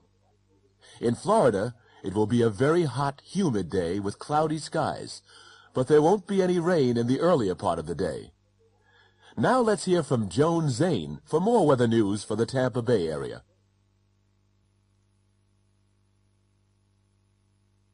A restaurant kitchen. Hurry up, Chef. I have 12 customers and they all want today's special. Some of them have been waiting for 15 minutes. They're getting upset. I know, but I only have 2 hands. You'll have to help me. Help you? That's not my job. I'm a waitress, not a cook. Well, one of my assistants is off today and the other is out sick. Oh, okay. What do I do first? Well, start putting the meat on the plates and I'll finish these vegetables. Okay. Is that enough meat? That's a little too much. Take some off. What about potatoes? Oh, put on plenty of potatoes. They're cheap. And lots of peas. All right. Can I take them out now? Have you put the gravy on yet? Huh? Oh, no, I haven't. Where is it? Here it is. Oh, there isn't enough gravy. There's plenty in that pot over there. Where? Oh, okay. I've got it. Fine. Now you can begin taking the plates out to the customers. Whew, they're hot. Well, use a dish towel. And don't carry too many plates. You might drop them. Oh, I won't drop them. I've never dropped a plate in my life.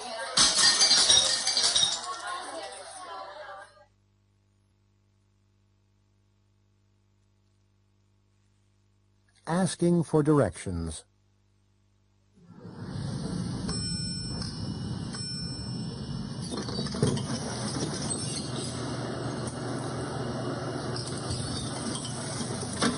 Good morning. Can I help you? Yes. I have an appointment with Mrs. Bedoya, the sales manager. What time is your appointment? 11:30. Okay. You're Ms. O'Hare, aren't you? Yes, that's right. Take the elevator to the 3rd floor. Go down the hall to the left. Mrs. Bedoya's office is the 3rd door on the right. You can't miss it. Thank you. Don't bother to knock. Just go right in. She's expecting you. Excuse me. Yes? I'm lost. Is this the way to Disney World? Well, you can get there this way, but it's not the quickest route. Oh, no. Well, can you tell me the best route? Sure. Turn around and go back to the expressway. Turn left and go on until you get to the interstate. That's the I-4. The I-4? That's right. Turn left on the interstate and follow the signs for Tampa. That's I-4 West. You'll see signs to Disney World after a few miles. It's exit 26.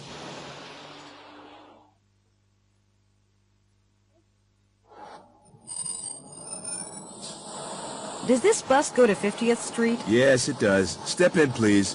What's the fare? $1.25. Okay, here's $2. Can't you read? Exact change only. Oh, okay. I have 5 quarters here. Can you tell me when we get to 50th Street?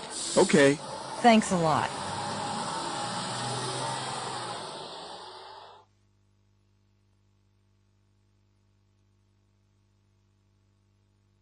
Coast Guard Rescue.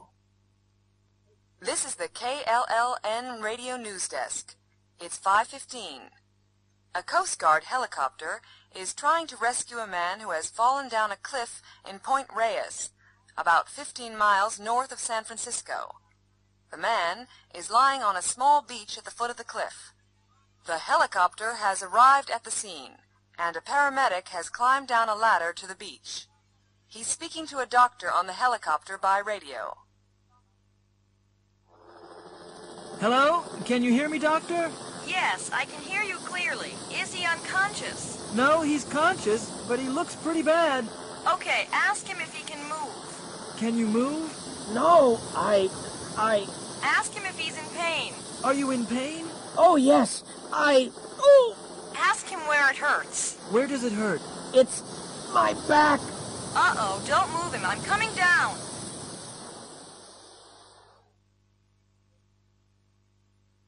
Bob Atkinson is the editor of the Daily Sun. He's sending a young reporter, Lois Gold, to interview the singer Duke Williams. Now, I've arranged an interview for 4 o'clock at his hotel. Ask him lots of questions. You know, ask him if he likes the city, ask him what his next record will be and when he recorded it, and ask him where. Ask him all the usual questions, but don't ask him how old he is, okay?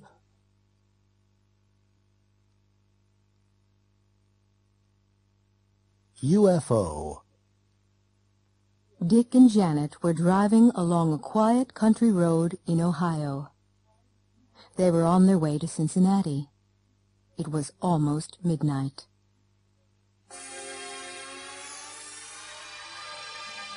Dick, look over there. There's something in the sky. What is it? I don't know what it is. It's probably a plane. I don't think so. It's too big and too bright. You've seen too many movies, Janet. Oh, no. What's the matter? The engine just died. What's happened to it? Well, I don't know what happened. We'll have to find a service station. There's one in the next town. Great, but I don't know if it's open. It's really late.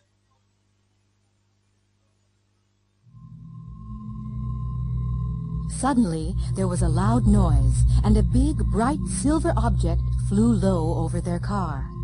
It stopped in midair, turned around, and flew back over their car. Then it went straight up into the sky and disappeared. Wow! What was that? Huh? Don't ask me. I have no idea what it was. Phew. Let's go. We can't. The car won't start. Try it again. That's strange. It's okay now. I wonder why it wasn't working. Do you think it was a UFO? I don't know. I really don't. We should call the police. Do you think they'll believe us?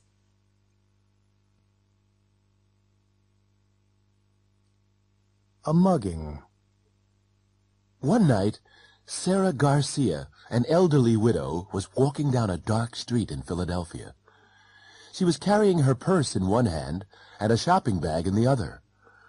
There was nobody else on the street except two young men. They were standing in a dark doorway. One of them was very tall with light hair. The other was short and fat with a beard and mustache. The two men waited for a few seconds and then ran quickly and quietly toward Mrs. Garcia. The tall man held her from behind while the other one tried to snatch her purse. Suddenly, Mrs. Garcia threw the tall one over her shoulder. He crashed into the other man, and they both landed on the ground. Without speaking, Mrs. Garcia hit both of them on the head with her purse and walked calmly away. The two surprised young men were still sitting on the ground when Mrs. Garcia crossed the street toward a door with a bright sign above it. Mrs. Garcia paused, turned around, smiled at them, and walked into the Philadelphia Judo Club.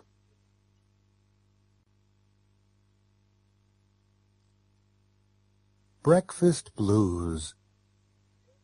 Adrian! Adrian! What? Adrian, come on. It's almost 7 o'clock. Your breakfast's getting cold. All right. I'll be downstairs in a minute. Adrian, you haven't shaved. I know. I'll do it before I go to school. Well, don't forget. And you need a haircut. All right. I'll make an appointment after I finish school. And don't forget, write and thank your grandmother for your birthday present. Yeah, I'll do that when I get time. You'll do it when you get home from school. What about my homework? And I'm going out tonight. You'll do your assignment and write the letter before you go out. Where are you going anyway? Just out. Who with? A friend. Which friend? Just a friend from school. What's her name? Susie. She's in my math class. Well, I'll be out when you get home. You won't go out until your father gets home, will you? He forgot his keys. He left them on the table. Not again. What time will he be home? About 7:15. Why? Oh, no. I'm meeting Susie at 7:30. Well, you'll have to go as soon as he gets home. She'll wait. Will she? You don't know Susie.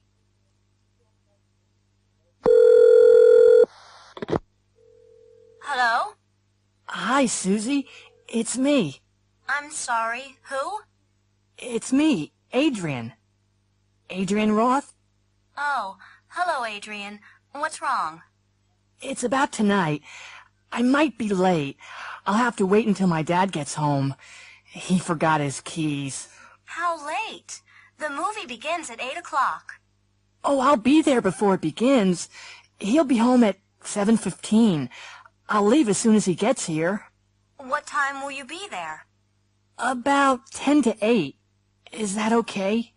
All right, but I'm not going to stand outside the movie theater all night. Don't be later than 8 o'clock, or I won't be there. Okay. Susie? Are you still there? Susie?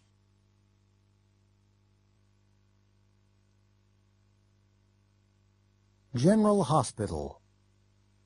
Maternity unit. Mr. Diaz is in the maternity unit. His wife's going to have a baby. Hello. You're Mr. Diaz, aren't you? Have you been waiting long? Not really. Is there any news? Not yet. We'll tell you as soon as there is. Have you thought of any names for the baby? Oh, yes. If it's a girl, we'll call her Lucia. And if it's a boy, we'll call him Francisco. Operating room. David Foster has had a serious accident. His wife's outside the operating room now. Mrs. Foster, I'm Dr. Yamamura. Oh, Doctor, how is he? Well, I'm afraid we'll have to operate. Oh, no. He's always been afraid of operations. Don't worry. If we operate now, he'll be all right. Oh, Doctor, do you really have to? I'm afraid so. He's lost a lot of blood. If we don't operate, he'll die. East Wing. Ms. Wright has just arrived at the hospital. She's going to have a minor operation tomorrow. This is your bed, Ms. Wright. Oh, thank you, nurse. Now, get undressed and get into bed. There's a buzzer on the night table. If you press the button, someone will come right away. Oh, I'm sure I won't need anything. Well, don't forget, if you need anything, just press the button. Emergency room. Oh, how did this happen? He was playing soldier and he put the pot over his head. Now it's stuck. Have you tried to get it off? No, I'm afraid of hurting him. Yes, if we pull too hard, we'll hurt him. What are you going to do? Well, if I don't get it off, he won't be able to eat. Oh, no. I'm only joking. If I put some soap on his head, it'll come off easily.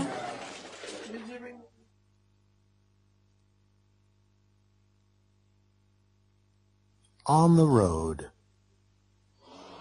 Lee, you can't park here. There's a fire hydrant. Oh, we'll be back in a few minutes. It's okay. Oh, no, it isn't. You'll get a parking ticket if you leave it here. No, I won't. It's 5:30. All the traffic cops have gone home. Oh, Lee. Yes? Is this your car, buddy?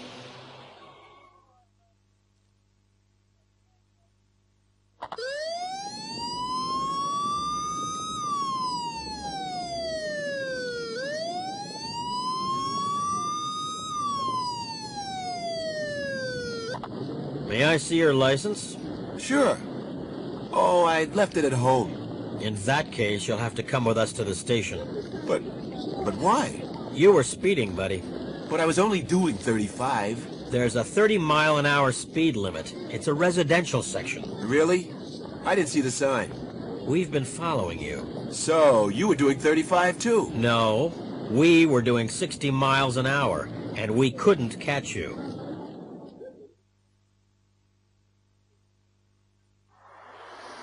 Hello, Turnpike Service Station. Hi. I don't know if you can help me. My car's broken down. We have 24-hour service. Where are you? I'm on US 31, just south of Hopeville. My car's just past the Lone Star Cafe. It's a blue Chrysler LeBaron. Do you know what's wrong with it? I have no idea, but it won't start. I'll send a mechanic out to you. She'll be there in about 15 minutes.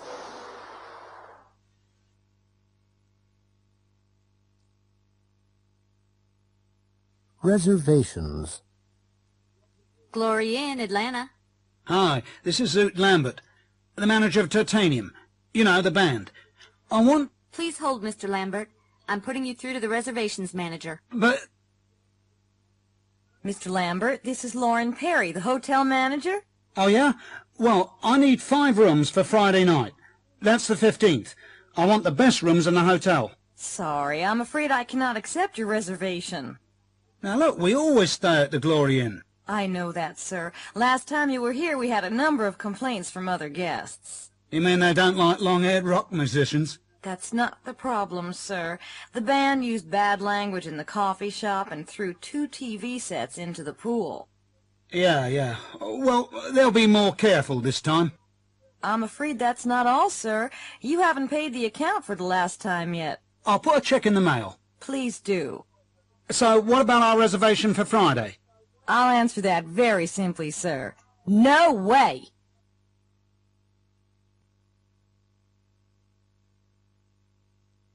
Emergency. Dial 911.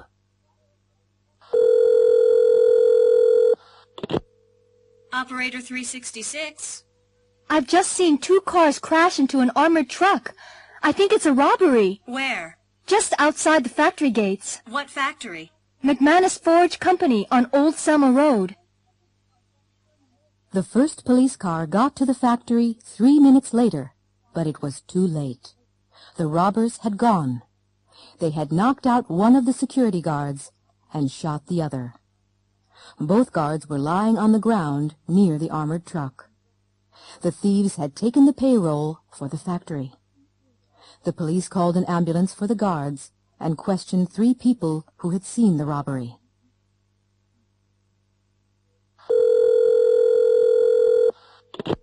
Operator 217. I want to report a fire. Where is it? The Texaco service station on Hudson Street. Come quickly. Yes, a fire engine will be there in a few minutes. The fire engine got to the service station just in time. The convenience store in the station was burning. Fortunately, the fire hadn't reached the gas pumps and hadn't spread to the neighboring buildings. The firefighters were able to put it out quickly. The fire had started in the office. Someone had thrown a lit cigarette into a waste paper basket.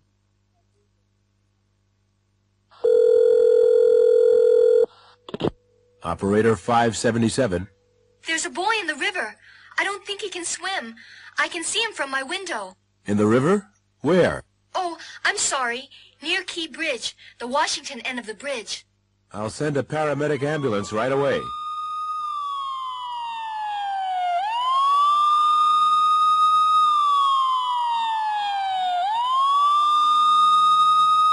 When the paramedic ambulance got there, the boy was lying on the ground. A police officer had seen the boy in the river and had dived in and rescued him. The boy was all right. The police officer had given him artificial respiration. The ambulance took the boy and the police officer to the hospital.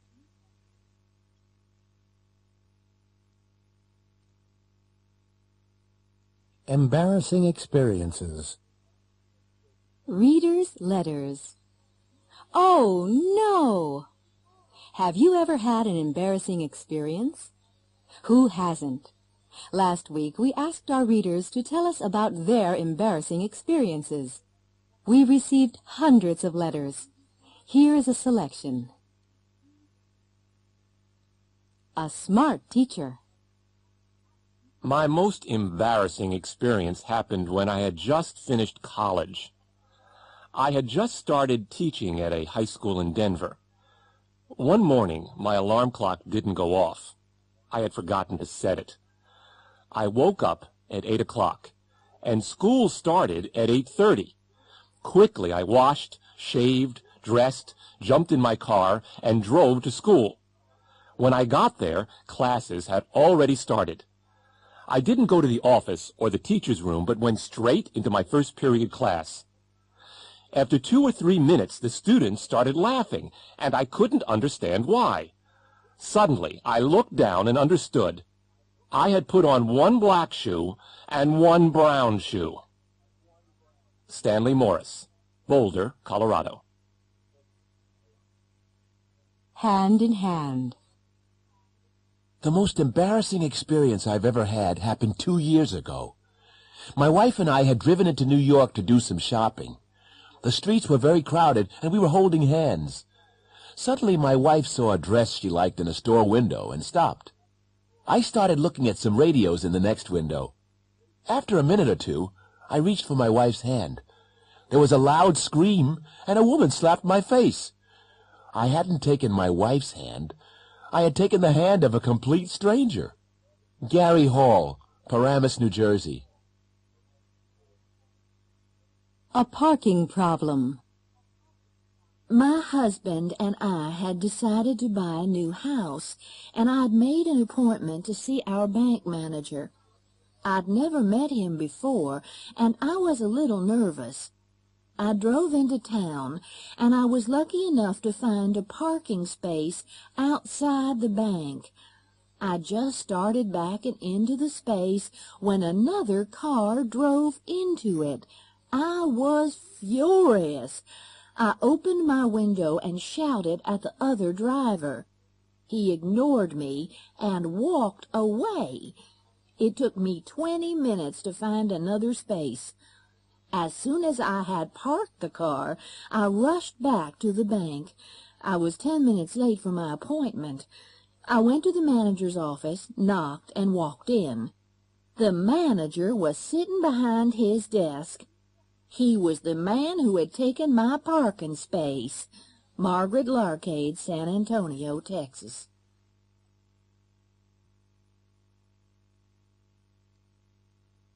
A ghost story. Doug and Kay are staying in an old house on Cape Cod.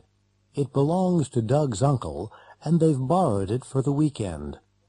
They arrived an hour or two ago, and they're sitting in front of a fire in the living room downstairs. Oh, Doug, this house is fantastic. I love old houses. There's a ghost here, you know. Doug, don't be silly. Are you trying to scare me? No, I've been coming here for years. We used to stay here when I was a kid. I saw the ghost myself once. This isn't funny, Doug, and I don't believe in ghosts. You don't? Well, I do. Where did you see the ghost? Upstairs, in the bedroom. Yeah, right. Did it have a white sheet over its head? No. It was just an ordinary ghost.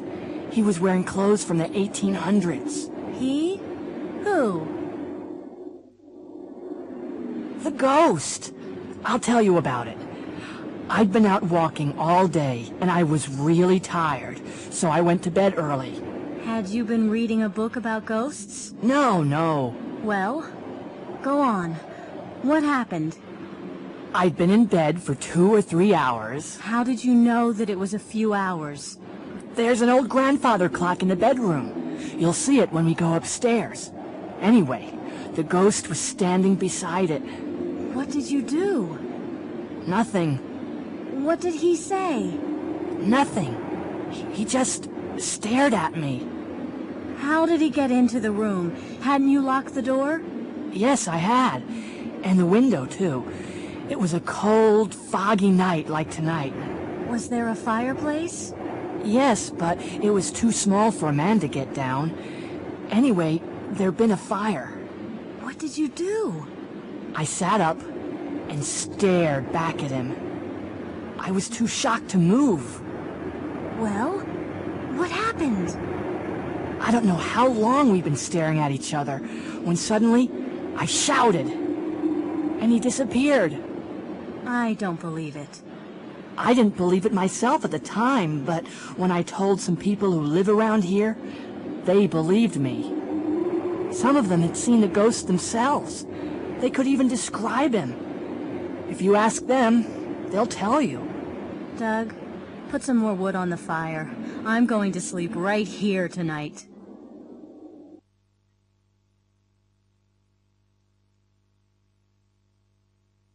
Buying a present. In a record store.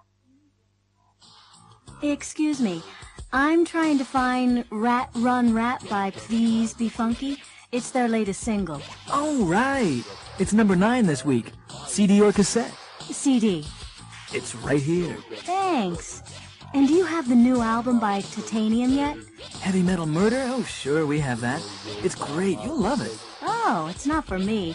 It's for my grandmother. It's a birthday present. In a jewelry store.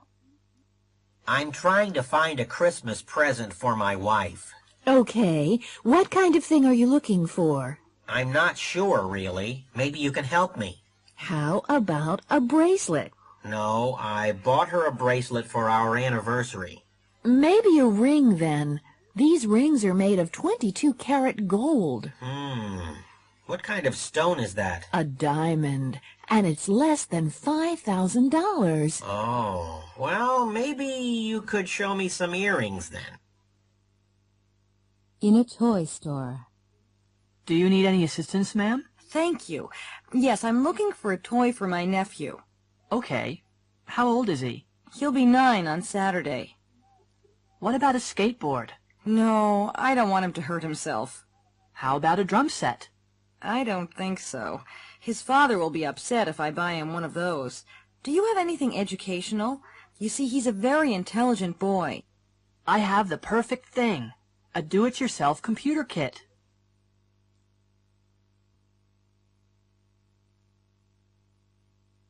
Where is it made? Good evening. I'm Jesse Carson. Welcome to Double Your Cash.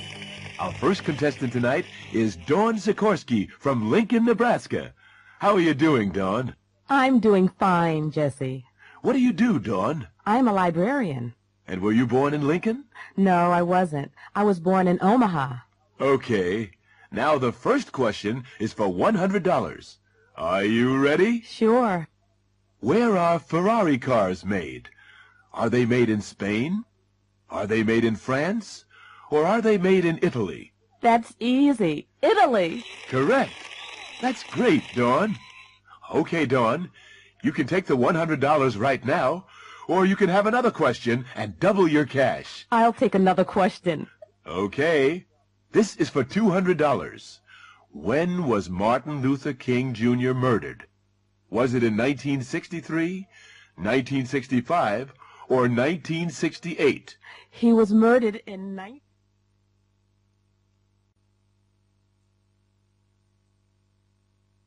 A real bargain. Donna Wu is looking for a new house. She's with the realtor now.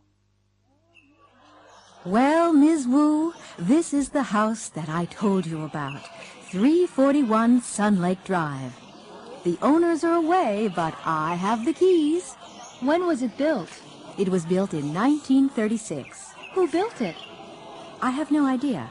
Is it important? No, I guess not. Is that a new roof?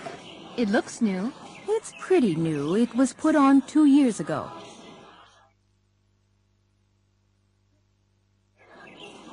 It's in very good condition. The previous owner was a builder. I'm worried about the electrical wiring. Has it been rewired? Yes, it has. Oh? When was that done? 5 years ago. It's been completely renovated. New central heating and air conditioning have been put in, and a new garage has been built. Oh? When was that done? The garage? Last year, I think. It's a very solid house. It's built of brick with a tiled roof. I have a little boy in elementary school. Does a school bus pass by here? Yes, right here on Sun Lake Drive. The children are picked up at 8 o'clock and they're brought home by 3:30. It's really not expensive. I've seen a lot of similar houses, and they're more expensive. Oh, yes. It's a real bargain. Are there any plans for new construction in this area? Excuse me? New construction? Well, yes, a new hospital is going to be built about 6 blocks north of here. Anything else? Well, a new interstate highway will be built next year. You'll be able to get to the city in half the time. Where exactly will the interstate be built? It'll be built just down the street.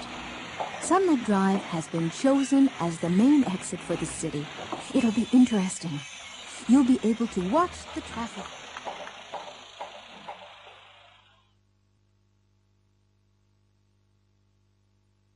The 6 o'clock report. Good evening. This is Rose Ann Silvernail with the 6 o'clock report from WBTV Baltimore. Our top story tonight. Alan Wolf, the great plane robber, has been caught in Costa Rica. He was arrested in a San Jose nightclub. He is being questioned at local police headquarters, and he will probably be sent back here to Baltimore. In 1992, Wolf was sentenced to 40 years in prison for his part in the great plane robbery at Baltimore-Washington International Airport. He escaped from the Maryland State Penitentiary in April. Since then, he has been seen in 10 different countries. Another tragedy in the music world. Jerry Henderson, the lead guitarist of the rock group The Rats, is dead. He was found unconscious in his room at the Baltimore Glory Inn early this morning. Henderson was rushed to the Johns Hopkins University Hospital, but doctors were unable to save his life. A number of bottles which had been found in his room were taken away by the police. The painting Iris Morning by Penoir was stolen last night from the Baltimore Museum of Art. The painting, which is worth over $5 million, had been given to the museum in 1993. It hasn't been found yet, and all area airports, highways, and train stations are being watched. All vans and trucks are being searched.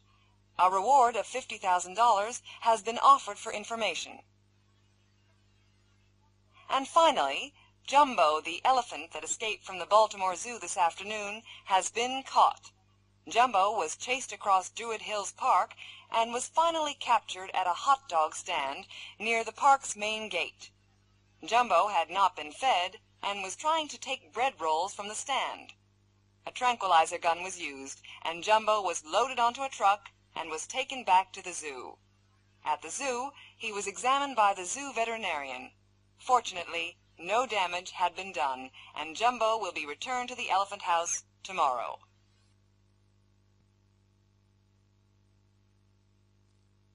The Sunday Magazine. Last night I went to see the new musical at the Lewis and Clark Memorial Theater. It's called Space Opera and was written by Tim Weber with music by Andrew Rice. It was a highly entertaining evening and the audience enjoyed every minute of it. The music was performed by the Idaho Symphony Orchestra and it is really great. The hero is played by soap opera star Danny Clean and he sings most of the best songs. However, the most popular song in the show is Starlight Tonight, and I'm sure it'll be a big hit. It's sung by Lorna Winter, who plays the Queen of Jupiter. Her costumes are sensational. They were designed by Annette Field. One dress cost more than $20,000. There is a CD of the show available on the Polyglot label, and an illustrated book which is published by Apple Tree Books. Take my advice. Go see it.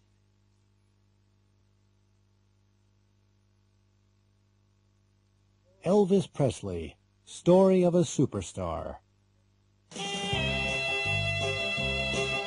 When Elvis Presley died on August 16, 1977, radio and television programs all over the world were interrupted to give the news of his death.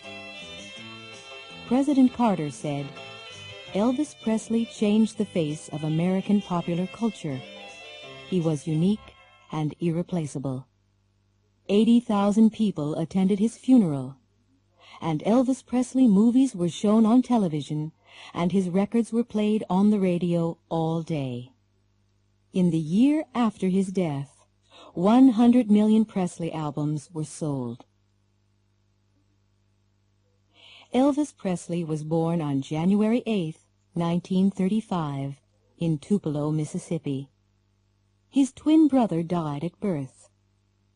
His parents were very poor, and Elvis never had music lessons, but Elvis regularly sang at church services. In 1948, when he was 13, his family moved to Memphis, Tennessee. Elvis left school in 1953 and got a job as a truck driver. In the summer of 1953, Elvis paid $4 and recorded 2 songs for his mother's birthday at Sun Records studio. Sam Phillips, the owner, heard Elvis and asked him to record That's All Right in July 1954. 20,000 copies were sold, mainly in and around Memphis. Elvis made 5 more records for Sun, and in July 1955 he met Colonel Tom Parker, who became his manager. Parker sold Elvis's contract to RCA Records. Elvis immediately bought a pink Cadillac for his mother. In January 1956, Elvis recorded Heartbreak Hotel, and 1 million copies were sold. In the next 14 months, he made another 14 records, and they were all big hits.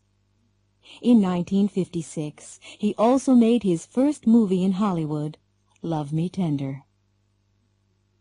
In March 1958, Elvis had to join the Army. When his hair was cut, thousands of women cried.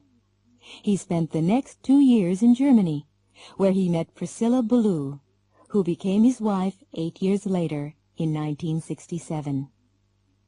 In 1960, he left the Army and went to Hollywood, where he made several movies during the next few years. Most critics thought the movies were a waste of his talent. By 1968, many people had become tired of Elvis. He hadn't performed live since 1960. But then he recorded a new album, From Elvis in Memphis, and appeared in a TV special. He became popular again and went to Las Vegas, where he was paid $750,000 for 4 weeks. In 1972, Priscilla left him, and they were divorced in October 1973. The next few years were spent doing concert tours. Elvis died at home of a heart attack. He had been eating and drinking too much for several years. He left all his money to his only daughter, Lisa Marie Presley. Since his death, Elvis has sold more records than during his lifetime. He has become a legendary figure, and every year there are rumors that he is still alive. In 1993, Elvis was the first rock musician to be featured on a U.S. postage stamp.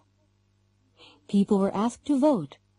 Did they want a picture of the young 1956 Elvis or of the Elvis of the Las Vegas shows? You can see how they voted.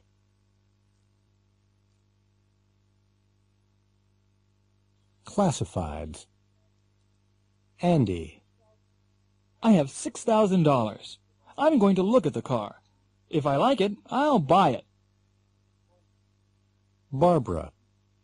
That's a nice car, but I don't have enough money. If I had enough money, I'd buy it. Chris. I've worked for an oil company for 10 years. I have a BS in engineering. I have the qualifications. I'm going to apply for the job. If they offer me the job, I'll definitely take it. Dave.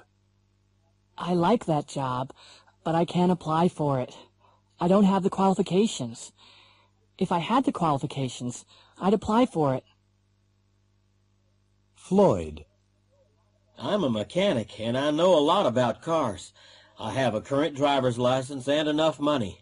If they ask me, I'll go with them. Tom. I have $4,000 and a current driver's license, but I know very little about cars. If I knew something about cars, I'd go with them. Jessica. I am a native speaker of English. I can read and write Spanish. I'll apply for the job. If I get it, I'll have to move to New Jersey. Helen. I am a native speaker of English, but I can't read or write Spanish. If I could read and write Spanish, I would apply for the job. Darlene. I'm 19 and I'm interested in the job. I'll get more information if I call. If the salary's good, I'll apply. Jack. I'm interested in the job, but I'm too young. I'm only 17. If I were older, I'd apply.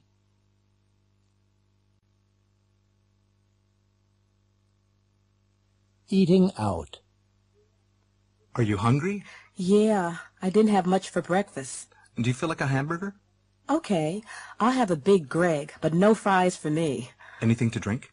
You've been here before. What are the shakes like? Not bad. I'm getting one. Okay, I'll have a strawberry shake. Anything else? No, that's all. Next. 1 big Greg, 1 cheese Greg, 1 order of fries. Large or regular? Large. And 2 strawberry shakes. Is that it? Uh-huh. That's all. What are you having? I don't know. I can't decide. I'd have the special if I were you. I had it last time I was here. It was great. No, it's got ham on it. I don't like ham. I'll just have the plain pizza. A regular or a large? A large, I think. Are you very hungry? No, not very. Then I wouldn't have a large one if I were you. They're enormous. What about an appetizer? Okay, let's have another look at the menu. Hi, I'm Adam, and I'm your waiter today. Are you ready to order yet? Yes, please. We'd like a plain pizza and a Pizza Palace special. Would you like regular or large pizzas? Both regular, please. Anything to start? Yes, a soup and a house salad, please. Sure. It'll take just a couple of minutes. What time is it, Roy? 20 after 1. We don't have much time. Where do you want to eat? Pizza Palace? McGregor's? A pizza would be okay if we had more time, but we don't. And I don't really feel like a burger. Why don't we just grab a sandwich? Okay, there's a deli just around the corner. Fine, let's try it. Hello there, hon. What can I get for you? 1 tuna sandwich and 1 vegetarian, please. Will that be white, whole wheat, rye bread, or a roll? Whole wheat. Will there be any drinks with that, hon? 1 coffee, 1 hot tea. Is that everything? Yeah, that's it.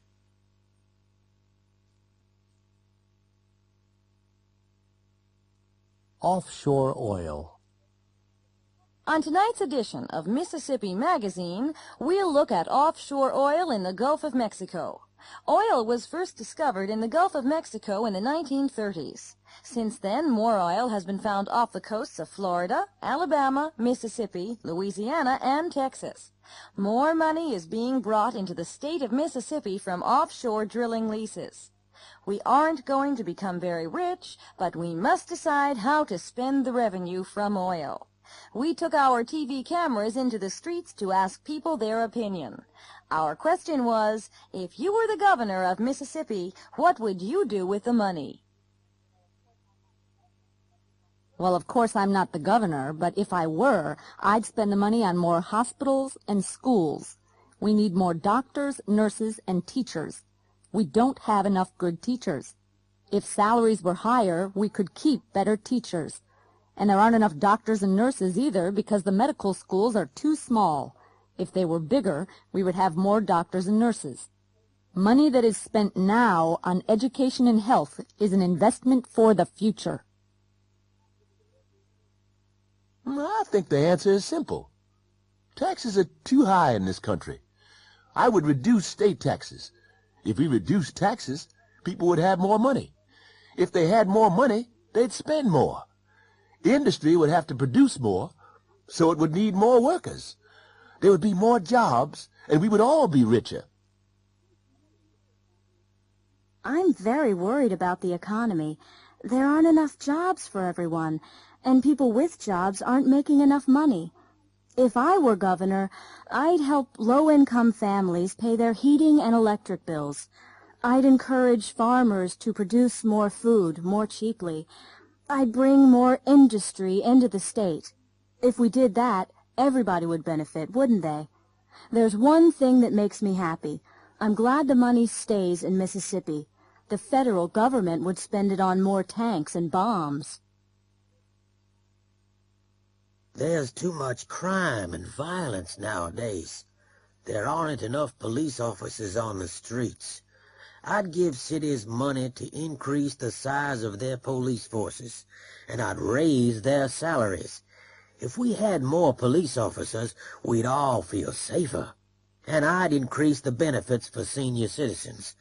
I've worked hard all my life, and I should have a reasonable standard of living.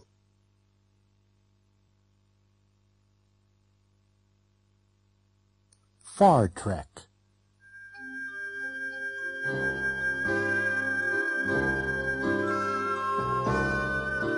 These are the voyages of the Starship Interface. Its 50-year mission, to boldly go where no one has gone before.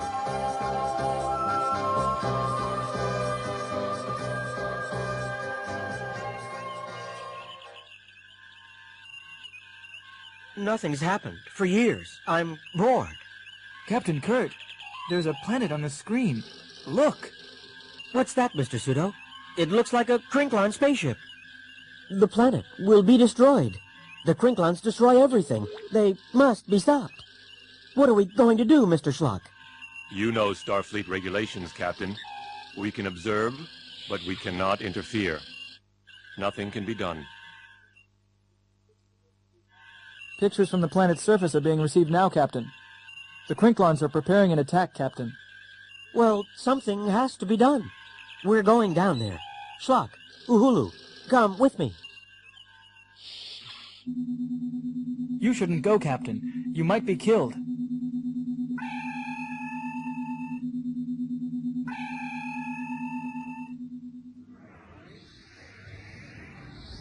But where are the people? This doesn't look like the same place. At last, Captain Kurt, I have tricked you. I cannot be beaten. You and all your crew will be killed. I will fight you, but let my crew go. Where did the Krinklon go? What happened? Nothing happened, Captain. You were bored. You needed to be entertained. We turned on the artificial reality machine. It was all a dream.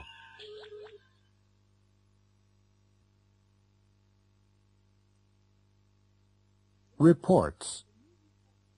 Lynn Willis is a new reporter for the Los Angeles Daily Echo. Last week, several famous people arrived at L.A. International Airport, and Lynn was sent to interview them. Nobody told her very much. Cristina del Castillo, Secretary General of the United Nations. I'm very busy. I have a lot of appointments. I can't say very much.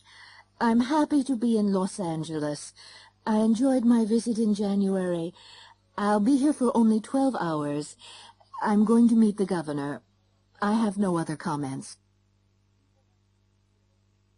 Lynn's report. Cristina del Castillo visited California yesterday. She arrived at 10 a.m., and we asked her to comment on the international situation. She just made a brief statement. She said that she was very busy and that she had a lot of appointments. She said she couldn't say very much, but she said that she was happy to be here and that she had enjoyed her visit in January. She said she would be here for only 12 hours and that she was going to meet the governor. She said she had no other comments. Ivan Neistat, European movie director. I like newspaper reporters, but I don't have time to say much. Just that I'm working at Global Studios in Hollywood. I haven't worked in Hollywood before. I've heard bad things about Hollywood movies in the past, but I can work with the people at Global. It's the best studio in the world, and I'm the greatest director in the world. My new movie will cost $80 million. Lynn's report. Academy Award winner Ivan Neistat arrived in L.A. yesterday. Ivan was in a hurry. He said he liked newspaper reporters, but that he didn't have time to say much. He said that he was working at Global Studios in Hollywood. Ivan said that he hadn't worked in Hollywood before, and that he had heard bad things about Hollywood movies in the past. He said that he could work with the people at Global. He said that it was the best studio in the world, and that he was the greatest director. He also said that his new movie would cost $80 million.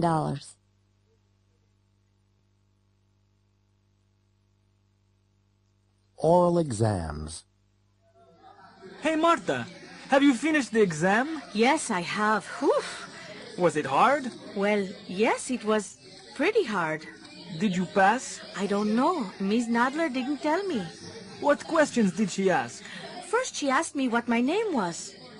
That was pretty easy, wasn't it? Yes, except I couldn't remember. Then she asked me where I came from and how long I'd been studying here at the Institute. And what else did she ask?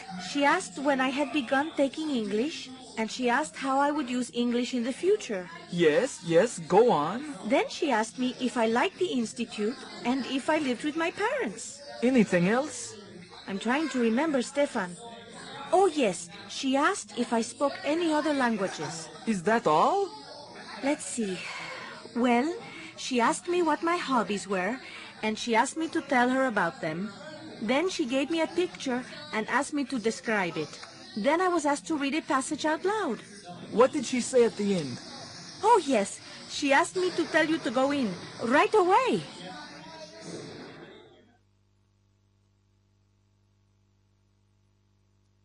But you said... Hello, can I help you?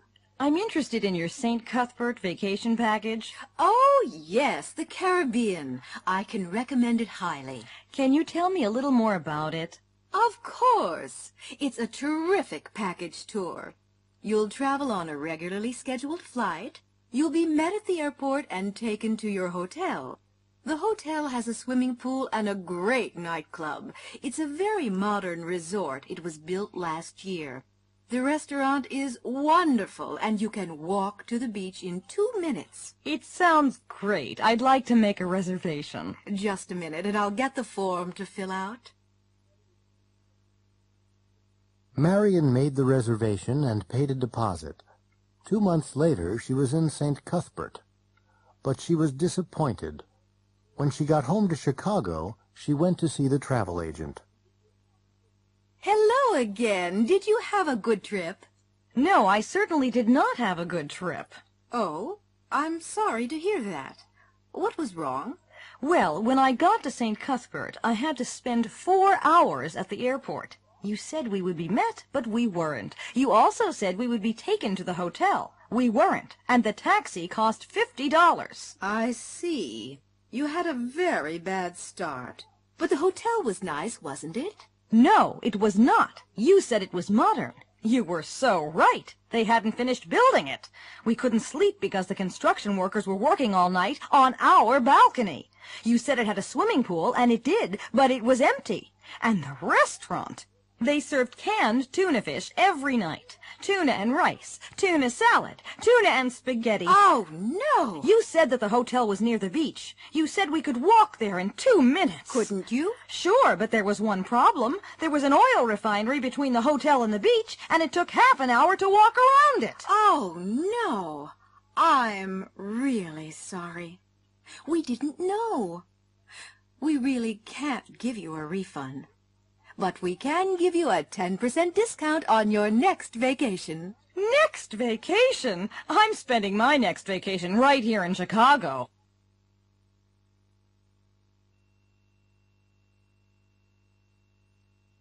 Having things done. I'm sorry I'm late. I couldn't get the car started this morning. Winter's almost here.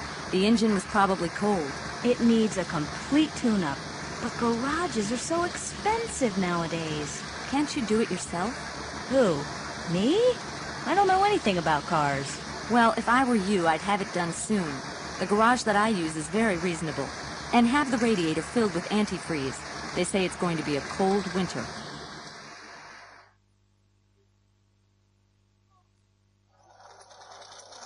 Hi. Do you do alterations? Yes, we do. What do you want done? I'd like to have this skirt lengthened. It's too short for me. Fine. It'll take about 2 weeks. And at the same time, I want to have this dress shortened. It's a little too long. Okay. Would you mind putting on the skirt first? You can change in there. Hello. Can I make an appointment to see the optometrist? Sure. Would next Friday be okay? At 3 o'clock? Do you have an earlier appointment? No, I'm sorry. That's the earliest. Well, that'll be okay then. I want to have my eyes tested. I think I need new glasses. Bye. Bye. Oh, be careful. That isn't the door. It's a window. What? Oh, yes, it is a window. Do you see my problem?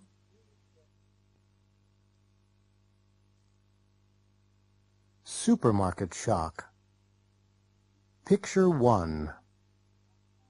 Michelle went to the supermarket last Saturday. While she was shopping, she met her neighbor David. David was with his 3-year-old son Joshua. Picture 2. While they were talking, Joshua got bored. He began playing with some jars of coffee. He took a jar from the shelf. It was very heavy. He put the jar into Michelle's shopping bag. She didn't notice. Picture 3. As Michelle was leaving the supermarket, a store detective stopped her. She took the jar of coffee from Michelle's bag. Picture 4. The manager was very angry. There had been a lot of trouble with shoplifters recently. I'm sorry, but I have to call the police. Oh, no, it's all a terrible mistake. Now I remember. I was talking to my neighbor. His name's David Samuels. Anyway, his little boy Joshua was with him. You see, Josh was playing with some jars of coffee. He was bored, I guess. David asked him what he was doing. I remember. Then I left them and I did the rest of my shopping. I paid for my groceries and went out into the parking lot. The store detective stopped me there. That's it. Josh put the coffee in my bag. I'm sure that's the answer. I'm sorry. I really don't believe you. Michelle, the cashier told me you were in here. I've just been speaking with Josh. He said that he put a jar in your bag. Who are you? I'm Michelle's neighbor. Look, I can explain everything.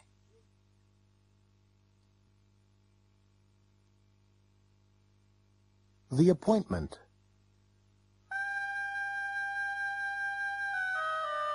Once upon a time, there was a rich caliph in Baghdad. He was very famous because he was wise and kind. One morning, he sent his servant Abdul to the market to buy some fruit. As Abdul was walking through the market, he suddenly felt very cold. He knew that somebody was behind him. He turned around and saw a tall man dressed in black. He couldn't see the man's face, only his eyes. The man was staring at him, and Abdul began to shiver. "Who are you? What do you want?" Abdul asked. The man in black didn't reply. "What's your name?" Abdul asked nervously. "I am Death," the stranger replied coldly, and turned away. Abdul dropped his basket and ran all the way back to the caliph's house. He rushed into the caliph's room. "Excuse me, master. I have to leave Baghdad immediately," Abdul said. "But why? What's happened?" the caliph asked. "I just met Death in the market," Abdul replied. "Are you sure?" asked the caliph. "Yes, I'm sure. He was dressed in black, and he stared at me. I'm going to my father's house in Samara. If I go at once, I'll be there before sunset." The caliph could see that Abdul was terrified, and gave him permission to go to Samara. The caliph was puzzled. He was fond of Abdul, and he was angry because Abdul had been badly frightened by the stranger in the market.